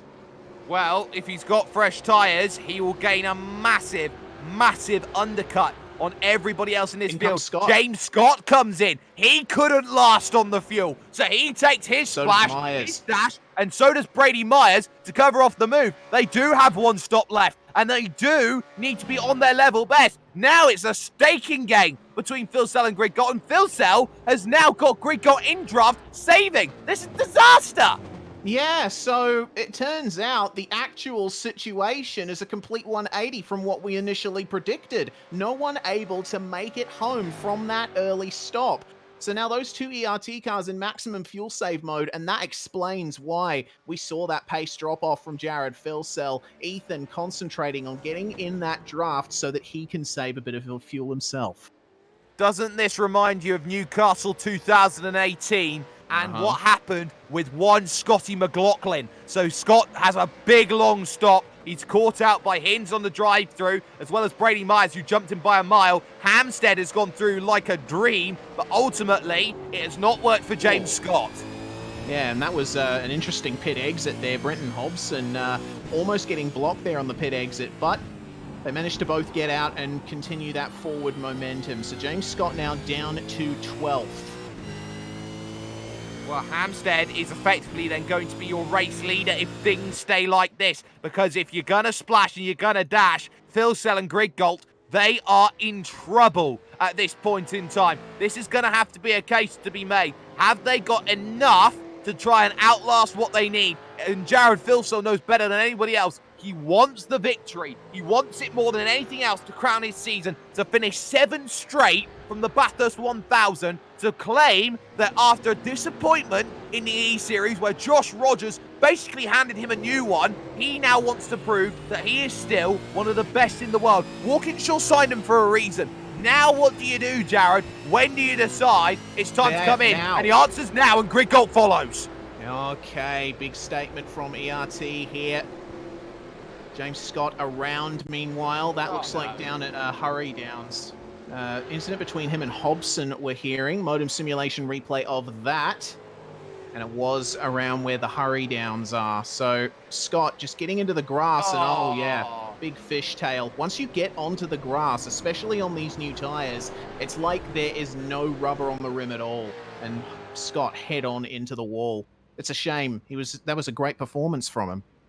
It was skate, skate, and more skate. So now you start questioning, where do you come out? Through goes Brett Loxton. Then for these leaders, out comes Phil. So look at Greg Galt. He's right there behind. This is a battle now for the championship between them. Look at this. Marlon McMullen finds way through. There's Hampstead, and he's behind, crucially. So not good enough there, Richard. Ethan Warren comes out just behind that as well. But the leading two now have trouble. It's Marlon McMullen they need to get by, and Marlon does the right thing and gets out of the way of one, but not two. That's crucial. Yeah, it is. Well, Ethan Grigolt's going to have the draft, so if McMullen decides to be nice, it should be easy to get by. McMullen's going to attack! Yeah, he's got the big run there on Jared Filsell, looking for track position there. No, Marlon McMullen thinking better of it, and indeed, letting the top two go. Good stuff. Wow, so Marlon inserting himself slightly into the battle. He was 6th in the championship coming in. He's had a fantastic consistent season, and Marlon McMullen knows it as well. A few drivers out there know what they need to do, know that they've got to find the tyres, but Jared Filsell, mistake, runs wide at 7, and Ethan Grigolt couldn't capitalise again! How many times is Jared going to make mistakes and Ethan not going to capitalise in the last part of this season? He's had the chances. Well, it's all a case of making sure that you're in that position to start with. Grigolt running very wide in the middle of Carousel. You got to remember with these cars, 1.5 tons, locked differential, overweight, undertired, very difficult to get yourself in a position where you can get by another car, especially when that guy is your teammate. Especially indeed. What do you do, Ethan? Do you start being aggressive here against Jared? You've got to force a mistake, and a fatal one at that as well if you want to win this title. You know Jared needs 19th or better. You know he needs to be out and crashing if you want to win this. How is your mettle, your bottle, and your moral as well? How do you want to win this race, Ethan? How do you want to get out there and attack? There are 8 laps to go when they cross the line, and that's going to be crucial. Sorry, 9 laps to go when they cross the line. This is a big scrap. There's Brett Loxton. He's just come down in onto the lane as Jared Filsell gap a 10. Here comes Ethan Grigolt. You're absolutely right there, Reese. And down the inside he goes, and Jared wisely leaves the room, but he's got to try and fight this back, and he doesn't have to.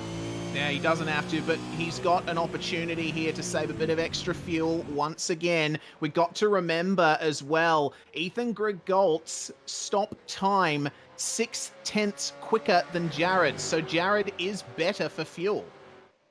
Absolutely, you are right on that, but Jared may just sit and wait and try and come back here at turn 5. Is this the chance? No. He sits back behind and says, yeah, you can go and have this win. I don't have to do anything from here, Mr. Grigolt. You made the mistake, and there's a mistake from Filsell coming off of turn number 5, and there we see Jared all of a sudden given a little bit of buffer room, and Ethan, he may win this race, but the war at the moment is so certainly Jared's.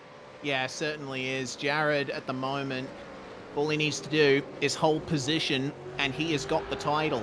But he needs to iron out those little scrappy mistakes that he's making in the middle stages of this race. And Grigolt as well, running wide again, going for the super late apex, diamonding off the carousel.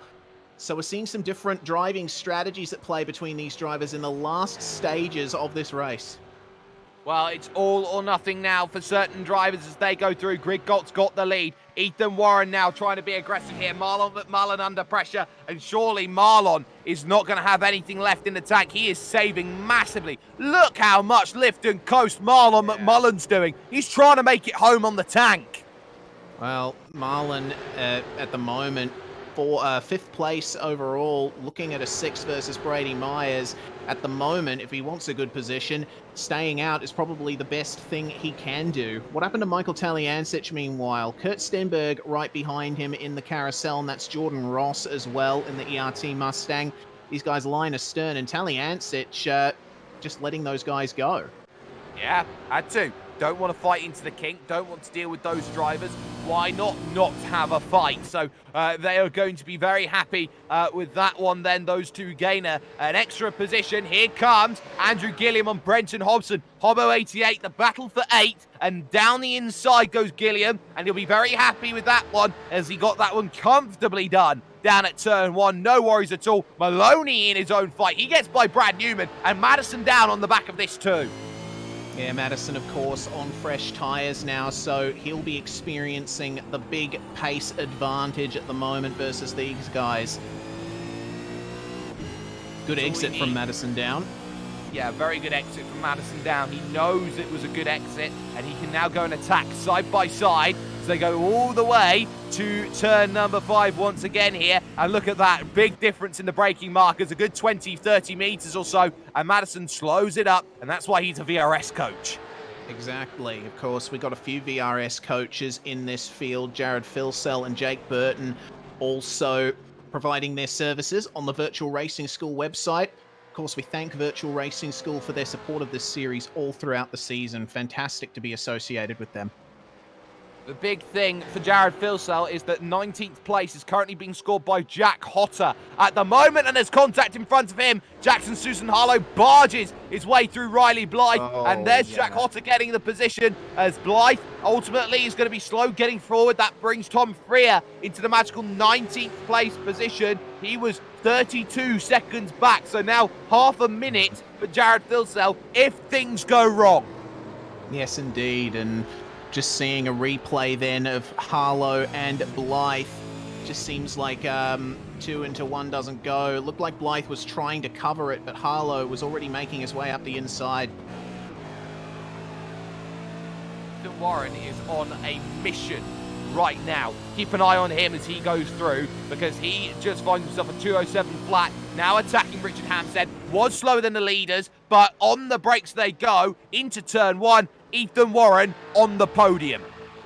This has been a fantastic night for Ethan Warren, almost getting pole position and fighting up the front the whole way. This really bodes well for his 2020, doesn't it? It certainly does, and it's some great scrapping. Stenny had a think on Jordan Ross into turn 1, thinks better of it in terms of the battle, but there is still so much more that could happen here, especially with these two leaders at the front, Greg Gold and Filsell. Filsell may just decide to sit and wait for 6 laps, but surely you don't want to break a streak by just consolidating a championship. Surely that's not the Jared Filsell way. Yeah, surely not. You'd expect him to attack in the later stages at least. We have got 6 laps to go when they cross the line next, and goodness me, Kurt Stenberg getting very up close and personal there with Jordan Ross, who's trying a move on one of the OPR cars. Yeah, that's Newman. That's always steady. that. Oh, have a look at that. Big dive. He's not going to be able to take advantage of it, though. He has the outside for this next sweeper. Hard to hold the outside. Newman, bit of contact there. Stenny off. Steady off, steady back on, big lunge. He's going to come straight back at it here, and Newman gives him it. So there was a big lunge, and I think that was out of frustration there from Kurt Stenberg, and definitely he wanted to get at least contact. He'll be very disappointed. He got absolutely nothing from it. Yeah, he will be disappointed, Will Stenny. He's been fighting very hard all season and all race as well. Now he's got a big gap back to Jordan Ross, who he was battling with just a few moments ago. But meanwhile, the top 2 still running line astern. Jared Filsell well in the draft of Ethan Griggolt, but still no sign of making a banzai move.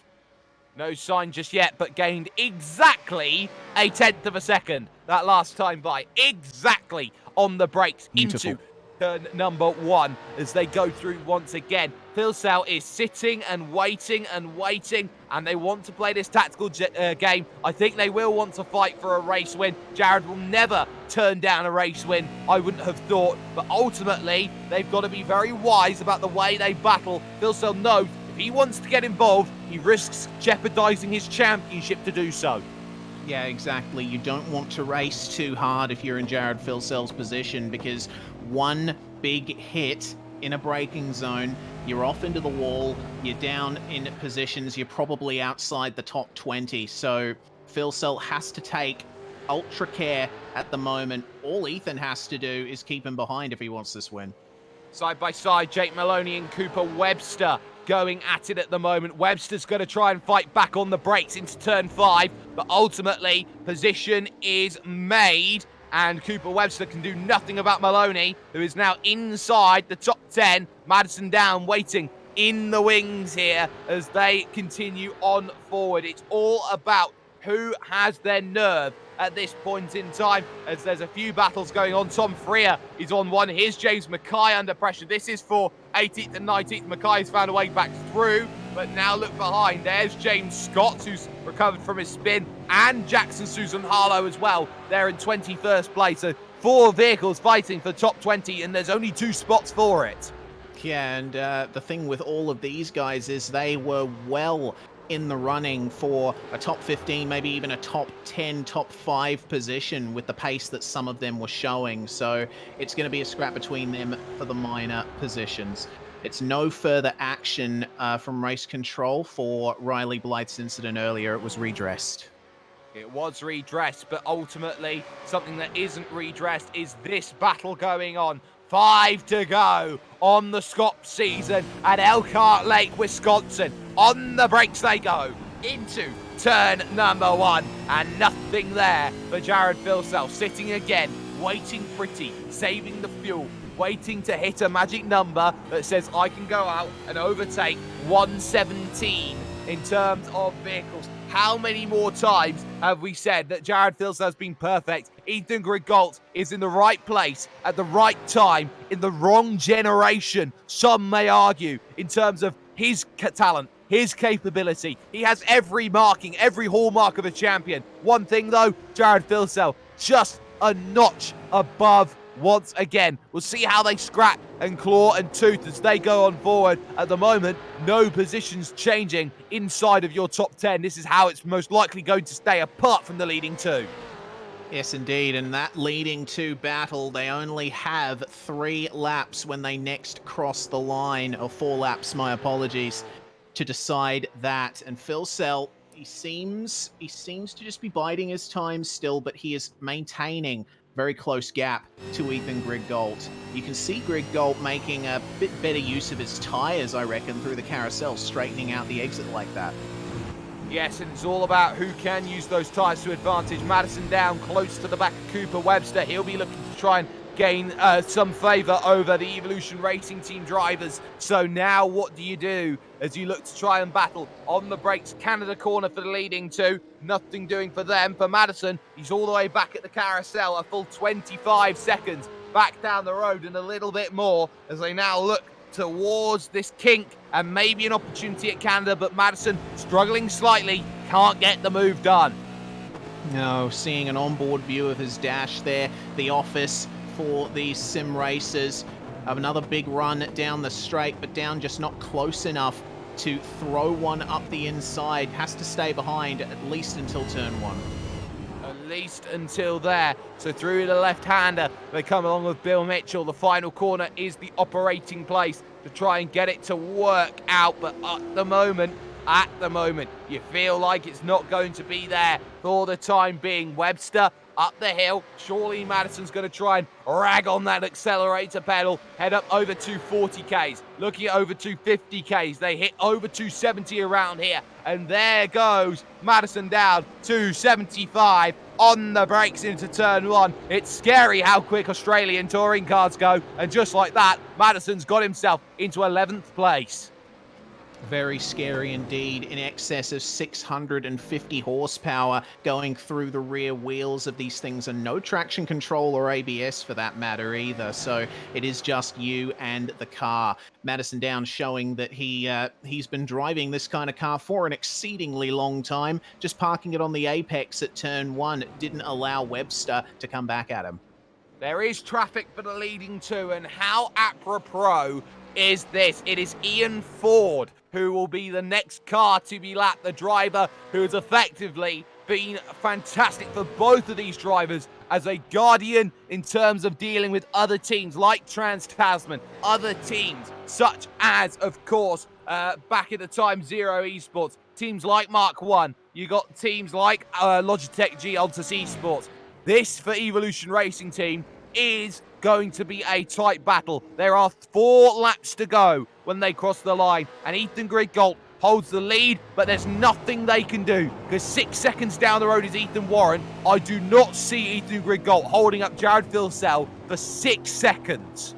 No, certainly not. That's not going to happen. These guys are very similar in pace at the moment up the front, and Ethan Warren not able to break out of the 208s in his last running, just getting gradually slower over this particular lap. Ethan Warren crossing the line, still a 208, lost another 3/10 on that one, so no chance for him. No chance at all, and 7/10 of a second says no chance in terms of closing down for a race victory. Here is side by side. Look how much McMullen is struggling. That is Jake Maloney going through up into 9th place at the moment. That's how much McMullen's struggling. He's doing 2:13s. He's 4 seconds a lap slower. He's 6 seconds a lap slower than the race leaders right now, trying to save the fuel to get himself over the line. It's going to be bold, but I think that the likes of Madison, Cooper Webster, Kurt Stenberg, he may very well fall outside the top 20 if he's not careful. Yeah, he might just with the lack of pace that McMullen is experiencing, but he's obviously done the maths. He's taking the chance. See where he ends up. I think he might just remain inside the top 20. Well, we'll see how the final lap goes, but Ethan Griggolt leads. Jared Filsell in 2nd position. It's Ethan Warren 3rd. 4th is Richard Hampstead, but he is not home and dry. Look how Brady Myers has closed over this lap. He wants 4th place after starting today in split 2. Yep, exactly. Could be a potential top 4 here for Brady Myers, and once again facing off against his old teammate Richard Hampstead back at TTL Esports. So Hampstead trying his best through the kink. Excuse me, 2:08.8 for Hampstead on that last run. Meanwhile, Myers taking 2/10 out of him on the last one.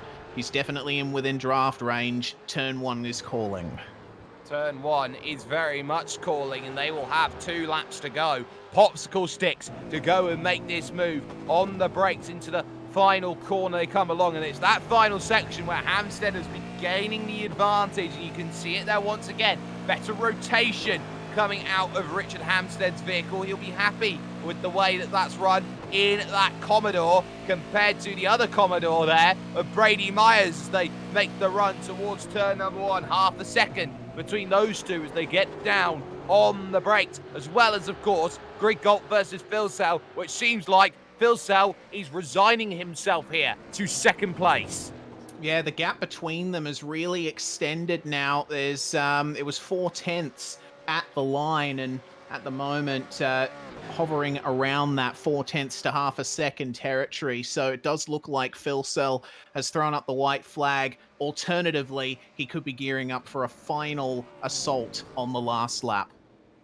And that final assault could be crucial. Marlon McMullen has found his pace back again. He's got Cooper Webster to deal with, Kurt Stenberg and co. in his final couple of laps. Still on for the nether regions of this race. You've got Jack Hotter trying to stay with Jackson Susan Harlow, but Susan Harlow is far too quick right now. James Scott currently 20th, Tom Freer on the outside looking in from that. But very quickly here, Reese, you have to say, for these two at the front, they have been the stars of the season for the 2nd year running, but once more, it was closer this time, but Griggolt, he's still got to find a little bit more if he is to take a title away from Jared in the number 1. I think what's defined Jared's season is the incredible run he had from the midpoint onwards. It's all about that mid-season consistency. You can get good results, you can set the timing screens alight in the first few rounds of the season, but it's all about keeping that consistency up through the latter half of the season. And Jared Filsell, with the huge amount of race wins he's racked up, certainly has proven himself to be the better of the 2 ERT drivers this time by. So white flag, Sperry, final lap of the season. Final lap then for Ethan Griggolt in the 1:17. And he can be so happy with the way that he's raced today. He started in 6th place. He didn't look in the early stages like he had a hope for the race victory. It looked like it was going to be out of reach, but he has played the game to perfection, and he knows just exactly what he needed to do. He needed a victory, and at the moment, he stands on the edge of looking to pick that up. There are other battles on track. McMullen is under pressure from losing time to Kurt Stenberg for 12th place overall, for 13th place overall, even as they go on through. So they are going to be looking at their battle as they go forward. You look a little bit further down as they got themselves going through. Here comes Stenny down the inside, and that is going to be moved done on the Mustang. Marlon McMullen, no doubts in for the very late stage as Jordan Ross. He was a lap short on his fuel. That will promote a few drivers up through the order. Ethan Griggolt makes his way through turn number 7 into the hurry down section for the final time in this, the traditional curtain ender for this season. It has been a glorious season. Greg Galt knows that he has been very consistent in terms of the way that he's run. He's been very, very strong. But in terms of what he needed, it was a case of 6 straight wins. It was the win at the 1000. It was the 2 wins at Silverstone. It was the 2 wins in Virginia. It was the win at Belle Isle. In fact, it was the 2 wins at Belle Isle. It was 7 straight even. I do find myself corrected. And now you start looking at, where do you go next for Jared Filsell? Where do you find the next level of perfection? The Battle of Elkhart Lake is won by Ethan Greg Galt as he heads his way through the penultimate corner and into the last. But the war, the battle, the Scops crown once again finds itself on number 1, Jared Filsell, as he racks off a 4th straight crown as they will finish it to the line. Greg Galt wins the race, but the title is Jared Filsell's for all to see. Ethan Warren will pick up a podium. It's Hampstead 4th ahead of Myers, but that is a season which Jared Filsell can say that he worked for, fought for, and earned with a champion's drive. Absolutely well earned from Filsell there, and it was a good measured drive from him in this final race to seal that title. But we cannot forget Ethan Greg Galt's performance. He's shown that he can put up a consistent title challenge, and he's shown that he is able to hold off Jared Filsell for a race win. We've still got some racing going on at the back of the field though. Riley Blythe and Blake Purdy facing off for 22nd and 23rd. It looks like Blythe is just going to be able to get this.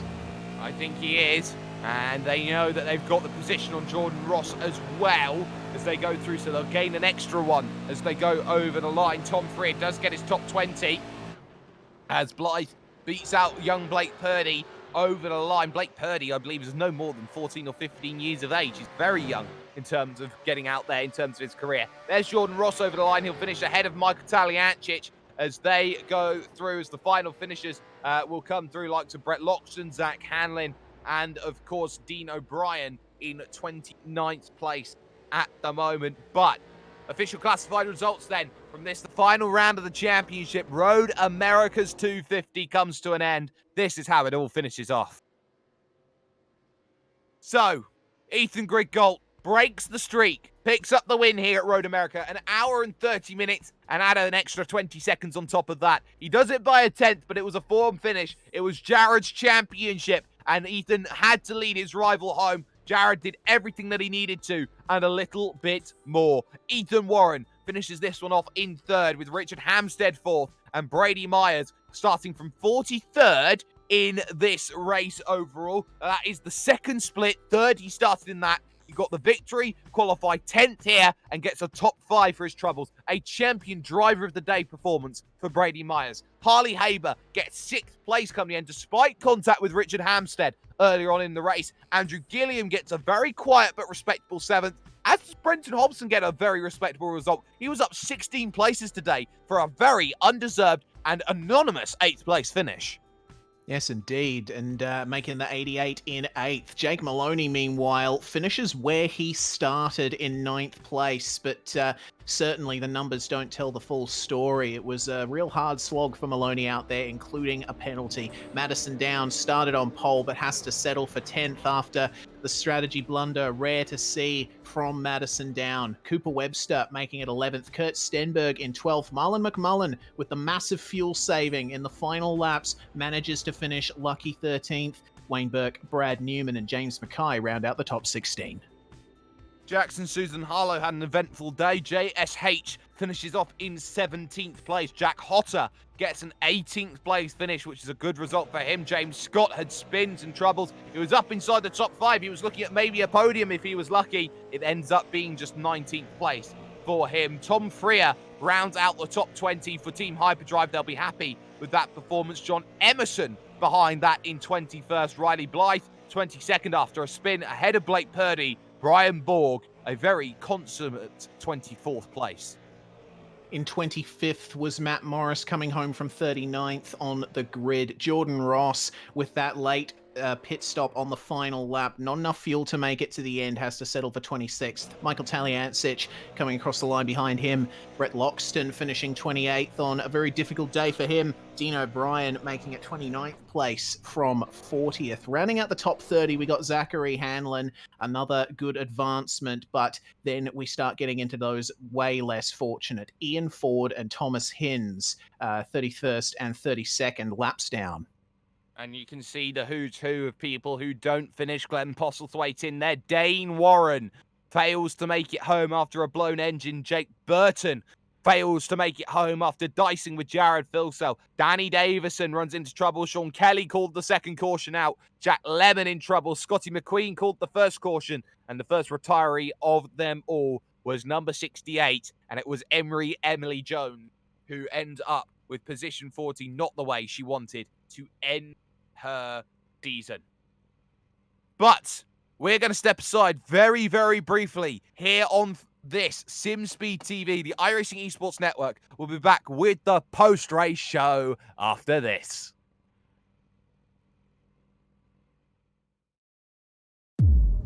iRacing, you wanted the best, you got them for a breast. Often imitated, never duplicated. The greatest show on dirt, the world of outlaws.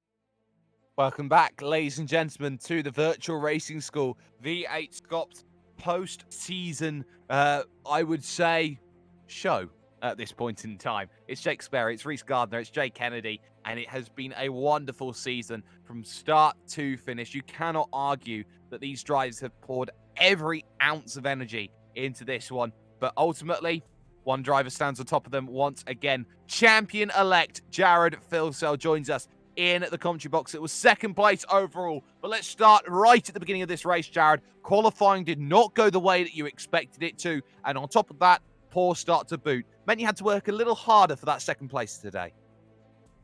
Yeah, qualifying wasn't too bad. I just didn't put the lap together. I could have been easily on the front 2 rows there. Made it harder for myself and then completely buried the start. I haven't started this car before, so yeah, it showed. Well, it was the drop of 5 places off of the line, but you managed to gather those back pretty quickly. A couple of cautions helped out in your favour. Surprising maybe to see the likes of Madison Down not come in and make a stop under the second safety car, knowing the fact that everyone was diving in, hoping that they were going to put their strategy on par. Yeah, that was quite surprising, to be honest. I did give him a gap to see what he was actually going to do. But yeah, I was quite surprised to see that he stayed out, as well as there was only a few others. So yeah, obviously pitting was the right call to make, so that's unfortunate.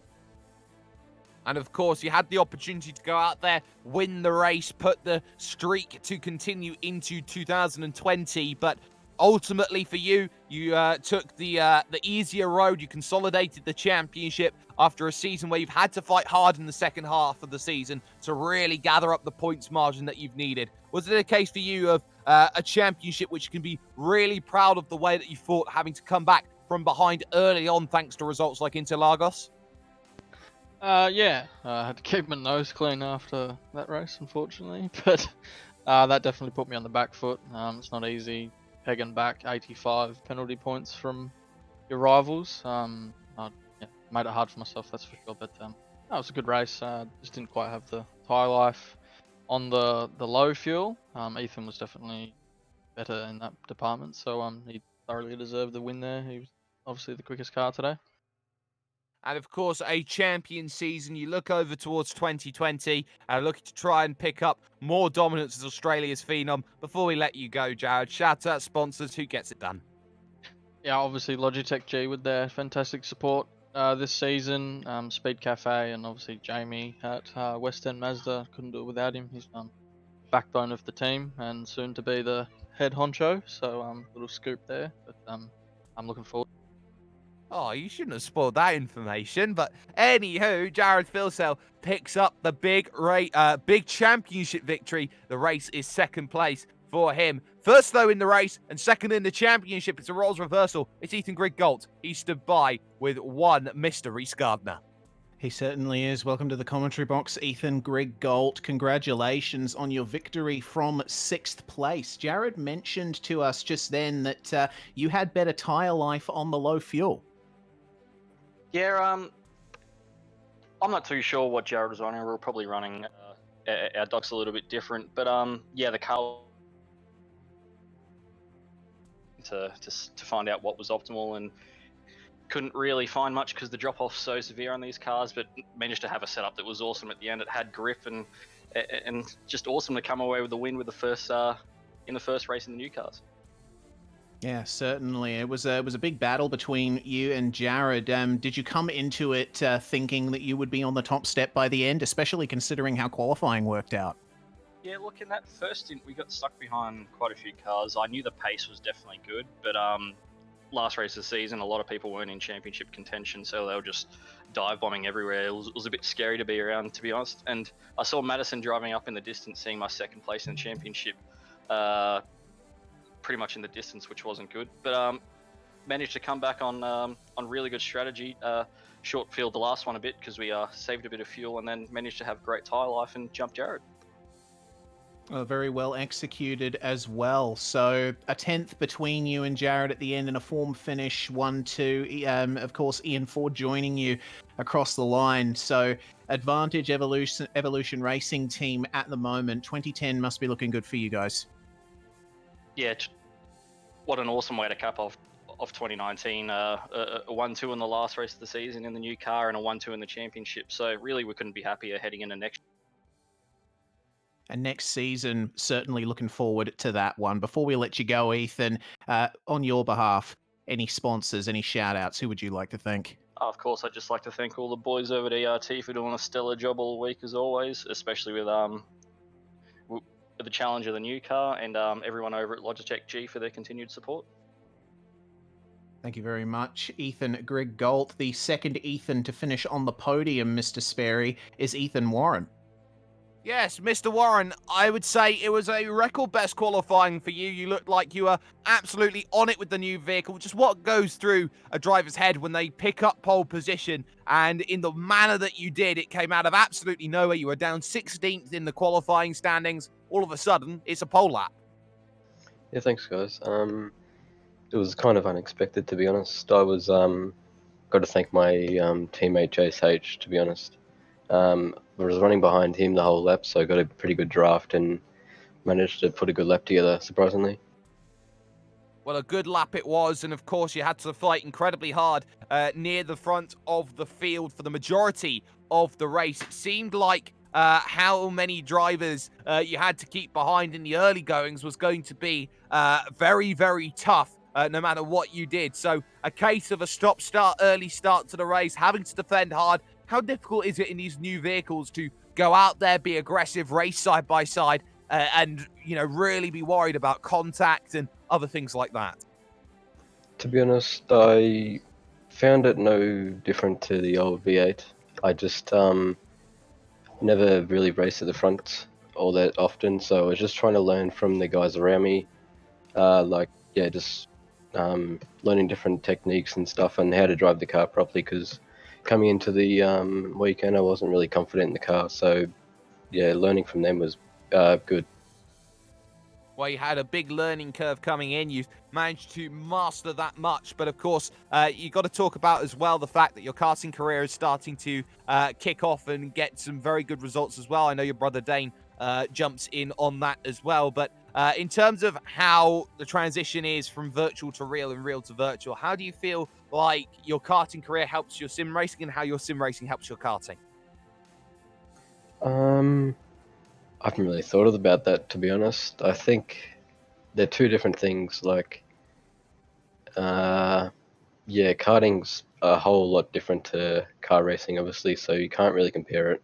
But it does help with learning different skills, I guess you could. Well, a few skills learned, but a big, big third place. Before we let you go, shout out sponsors. Who gets it done for you, Ethan? Yeah, I'd just like to thank Logitech G, Astro Gaming, Motum Simulations, Cube Controls, Cams, the Chiefs for the great partnership, and iLiveries for the great livery. Well, no worries at all. Ethan Warren picks up a big third place. Fourth place down the end. Ended up with Richard Hamstead. He stuck by with Reese. He certainly is. Hamstead, a excellent fourth place from fifth on the grid. You were one of the people to come in first for that second stop. So how were you and Madison approaching this one?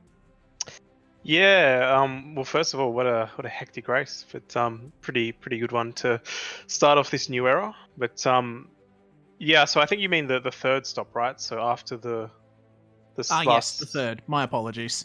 Yeah, so after the last safety car, my tires were in a very poor condition after some pretty hectic racing on that restart. So I pretty much didn't have a choice but to pit because, yeah, I just had no tires left. So I thought I may as well come in and try to build a buffer over the guys behind. And I think the strategy pretty much worked. I think from that, point on, I wasn't going to get any better than fourth. So I think that worked out well. Well, with the first V8SCOPS round in these new cars, we've seen a few more people come to the fore. Your former teammate Brady Myers giving you a lot of pressure in those final stages. So are you excited for the kind of racing that these new cars are potentially going to bring? Yeah, absolutely. I think more than anything, the most interesting thing from the race was the difference in quality speed to race speed. Because I mean, you had ERT, in the second half of the top 10 in qualifying, but pretty dominating 1-2 in the race. And there was a couple of other cars that were similar to that as well. So yeah, definitely a good sign of things to come. And it's definitely, I guess, there's a couple of guys up there that we haven't really seen right up the pointy end before, but obviously a lot of the sort of regulars as well. So yeah, I think it's going to be pretty awesome moving forward. And from the team perspective, from the Trans-Tasman perspective, certainly it's a fresh start for you guys and another opportunity to try and take the fight to the likes of Evolution Racing Team and Altus. Yeah, absolutely. I think we've got to spend the next 6 or 8 weeks or however long it is until the new season starts really digging into the setup. I think in reality, most of the teams probably only still sort of scratching the surface. I think there's still a lot that we haven't explored yet. So we've got to spend a good amount of time testing, this new beast. Indeed, you shall. Well, before we let you go, Richard, congratulations once again. Who gets it done for Trans-Tasman Racing? Yep, big shout out to everyone in the team, especially Madison, Maloney, all those guys, Stenny. We work quite closely together. Lee as well, go Lee, as well as VRS, Simworks for their ongoing support as well. Really looking forward to next year and beyond. Richard Hamstead, 4th place in the end there, Mr. Sperry, and that's going to bring to an end proceedings for tonight. Mike Korolev standing by with us, one of the race admins of this series. Yes, we do have Mike Korolev here. Mike, you have to say another successful season. It's probably one of the most turbulent seasons. A lot has changed. You had the emergence of the E-Series. You had, of course, the brand new builds that's come out. A big change in how safety cars and procedures were going to work. So you had a lot on your plate in terms of trying to make everything congeal and work together. But you surely have to consider this as a season very well done. Yeah, thanks, Reece and Jake. Yeah, actually, we were just remarking on that a moment ago that it's been a different season. We think stepped forward. We've had obviously the challenge outside from E-Series and so forth, and what that's brought with it. And we're doing our best to work and keep this series alive, and we think we can offer something that's different. From that point of view, the safety car then.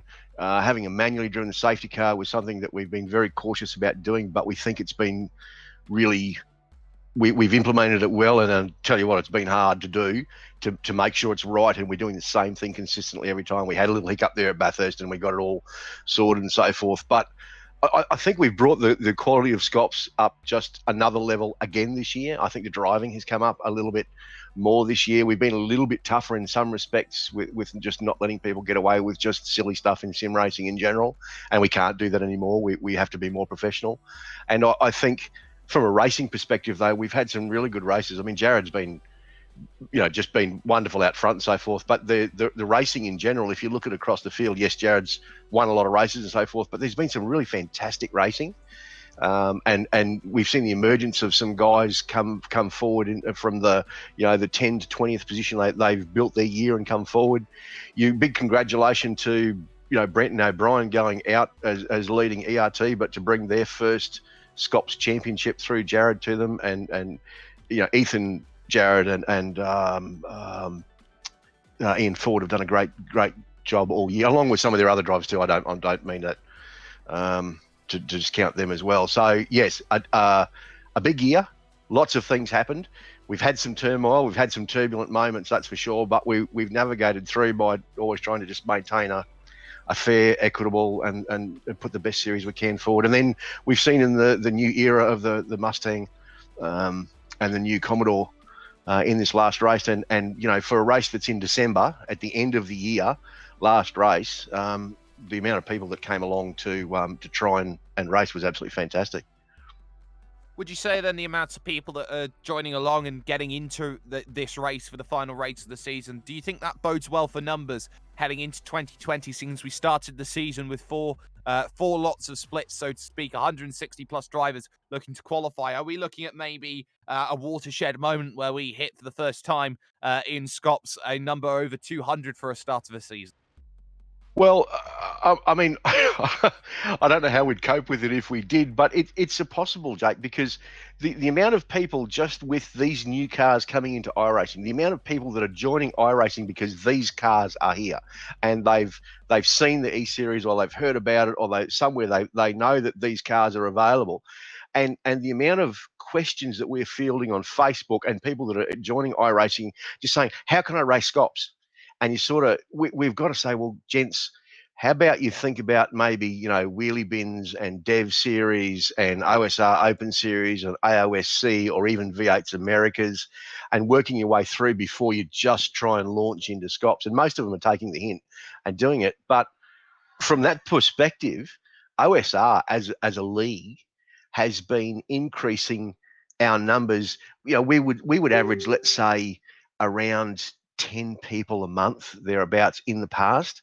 Sometimes we're admitting 10 people a day into OSR that are coming along and wanting to join OSR to race the V8. So the numbers, I think, next year, the numbers are going to grow in iRacing and particularly in V8 racing, which has only got to be good for it, because whilst we will coexist with another esports series, where is the next dev driver that's going to come through, just like Jared Filsell did in 2014 when the series kicked off? He was coming out of dev series going in.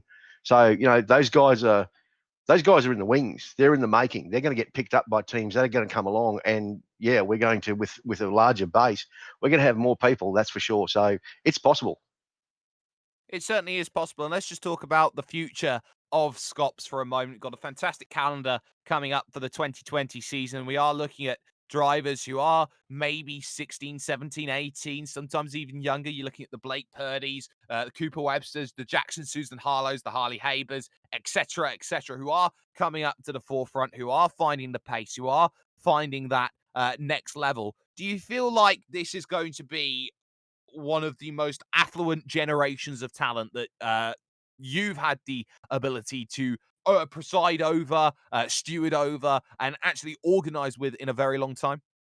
Yeah, I do, Jake. I think, and there's also an interesting change of the guard here. If you look at the guys, like Madison, like Richard, to some extent Jared, and to some of those other drivers, Marlon is another one from back down there. I'm just looking through the list here quickly, and Brady to some extent. These guys came up and they were sim racers and they raced all the time, and it was a great sort of, it was a fun pastime and hobby, and they were good at doing it, and they stood out from the crowd.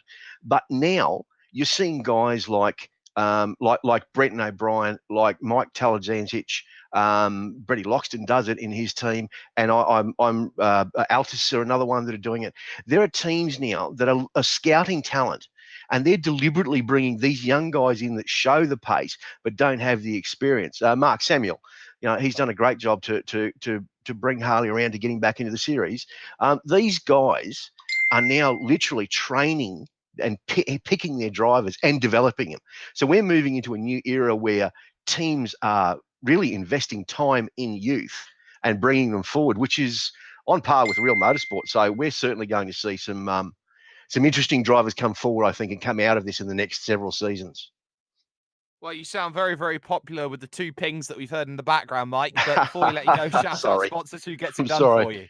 Look, I first of all, please let me thank yourself and Reese for a fantastic year of calling and being in there and not being scared to say what you need to say and what you think, because that's what we like about it. I'm sorry. I don't know. That damn phone's killing me.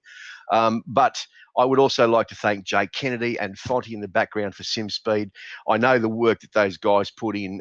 It's absolutely huge, and the dedication that they have. I'd like to thank damn phone. Sorry. Very popular. It's probably Facebook going off, and it's probably Brenton O'Brien bloody pinging me the whole time and laughing his head off. I'll bet you. But if I can get back to that, I'd like to thank the boys at OSR that have helped out. Simon Black has just done an amazing amount of work. Mez has driven the car for us. We've had Henry in the background. There's been myself. Bretty Loxton has helped out on occasions. There's a couple other guys, Daz and a few other boys that just drop in and help along the way. I'd like to thank them. I'd like to thank our sponsors, VRS. Thank you, Pete, once again for a second sterling season. I think the broadcast has done a wonderful job of putting VRS out there. And a big thank you to Jamie McKnight for West End Mazda and helping us maintain our servers and so forth. So for those two guys, those two sponsors, again, we thank you very much. We ask everybody to go to their websites and their Facebook pages and give them a like and a big thank you. And I'm sorry, guys, I'll mute myself. But thank you, everybody. It's been absolutely a magic year, and we'll be back next year, bigger and better. Well, nice to hear the most popular man in all of Australia, Mike Korolev there, who has been absolutely fantastic. It seems everyone wants to get a hold of him for penalties or anything else of the like. But Mr. Gardner, I'm sorry, boys. No, don't worry about it. Mr. Gardner, Southpaw Racer, final thoughts on what has been a magical season of SCOPS once again. I want to go to sleep tonight and not wake up until the 2020 season starts. I don't care about Christmas. I got more Scops that I want to see next year. With these new cars coming in, with the mixing up of the field that we saw in this one, I'm so optimistic for how 2020 is going to go. Absolutely bring it on. Well, as Reese Gardner hibernates like his YouTube channel does, we're going to put ourselves into... Hey, well, it is true. You've been away for a couple of months. But ultimately, a massive thank you to everyone who's got it done for us. We've heard the thanks earlier to Oceanic Sim Racing, to, of course, Virtual Racing School, to West End Mazda, and to Motum Simulations as well. To every driver that has taken part and to every fan that has watched on the iRacing Esports Network, you can catch so much action over the course from not just us here at SimSpeed TV, but the likes of RaceSpot TV, Global Sim Racing Channel, Apex Racing TV, LSR TV. You can talk about Podium Esports. There are so many ways that you can get yourself your sim racing fix. Make sure you check all of those out as well. But that has been Reese Gardner. That has been Jake Kennedy behind the cameras. I've been Jake Sperry. Magic again. The Battle of Elkhart Lake, won by Ethan Griggault, but the war was won by Jared Filsell. He takes a 4th straight title, and he cements himself as one of the all-time greats of Australian sim racing. Think you can beat him? Come join us on V8SCOPS. We'll see you for the next season.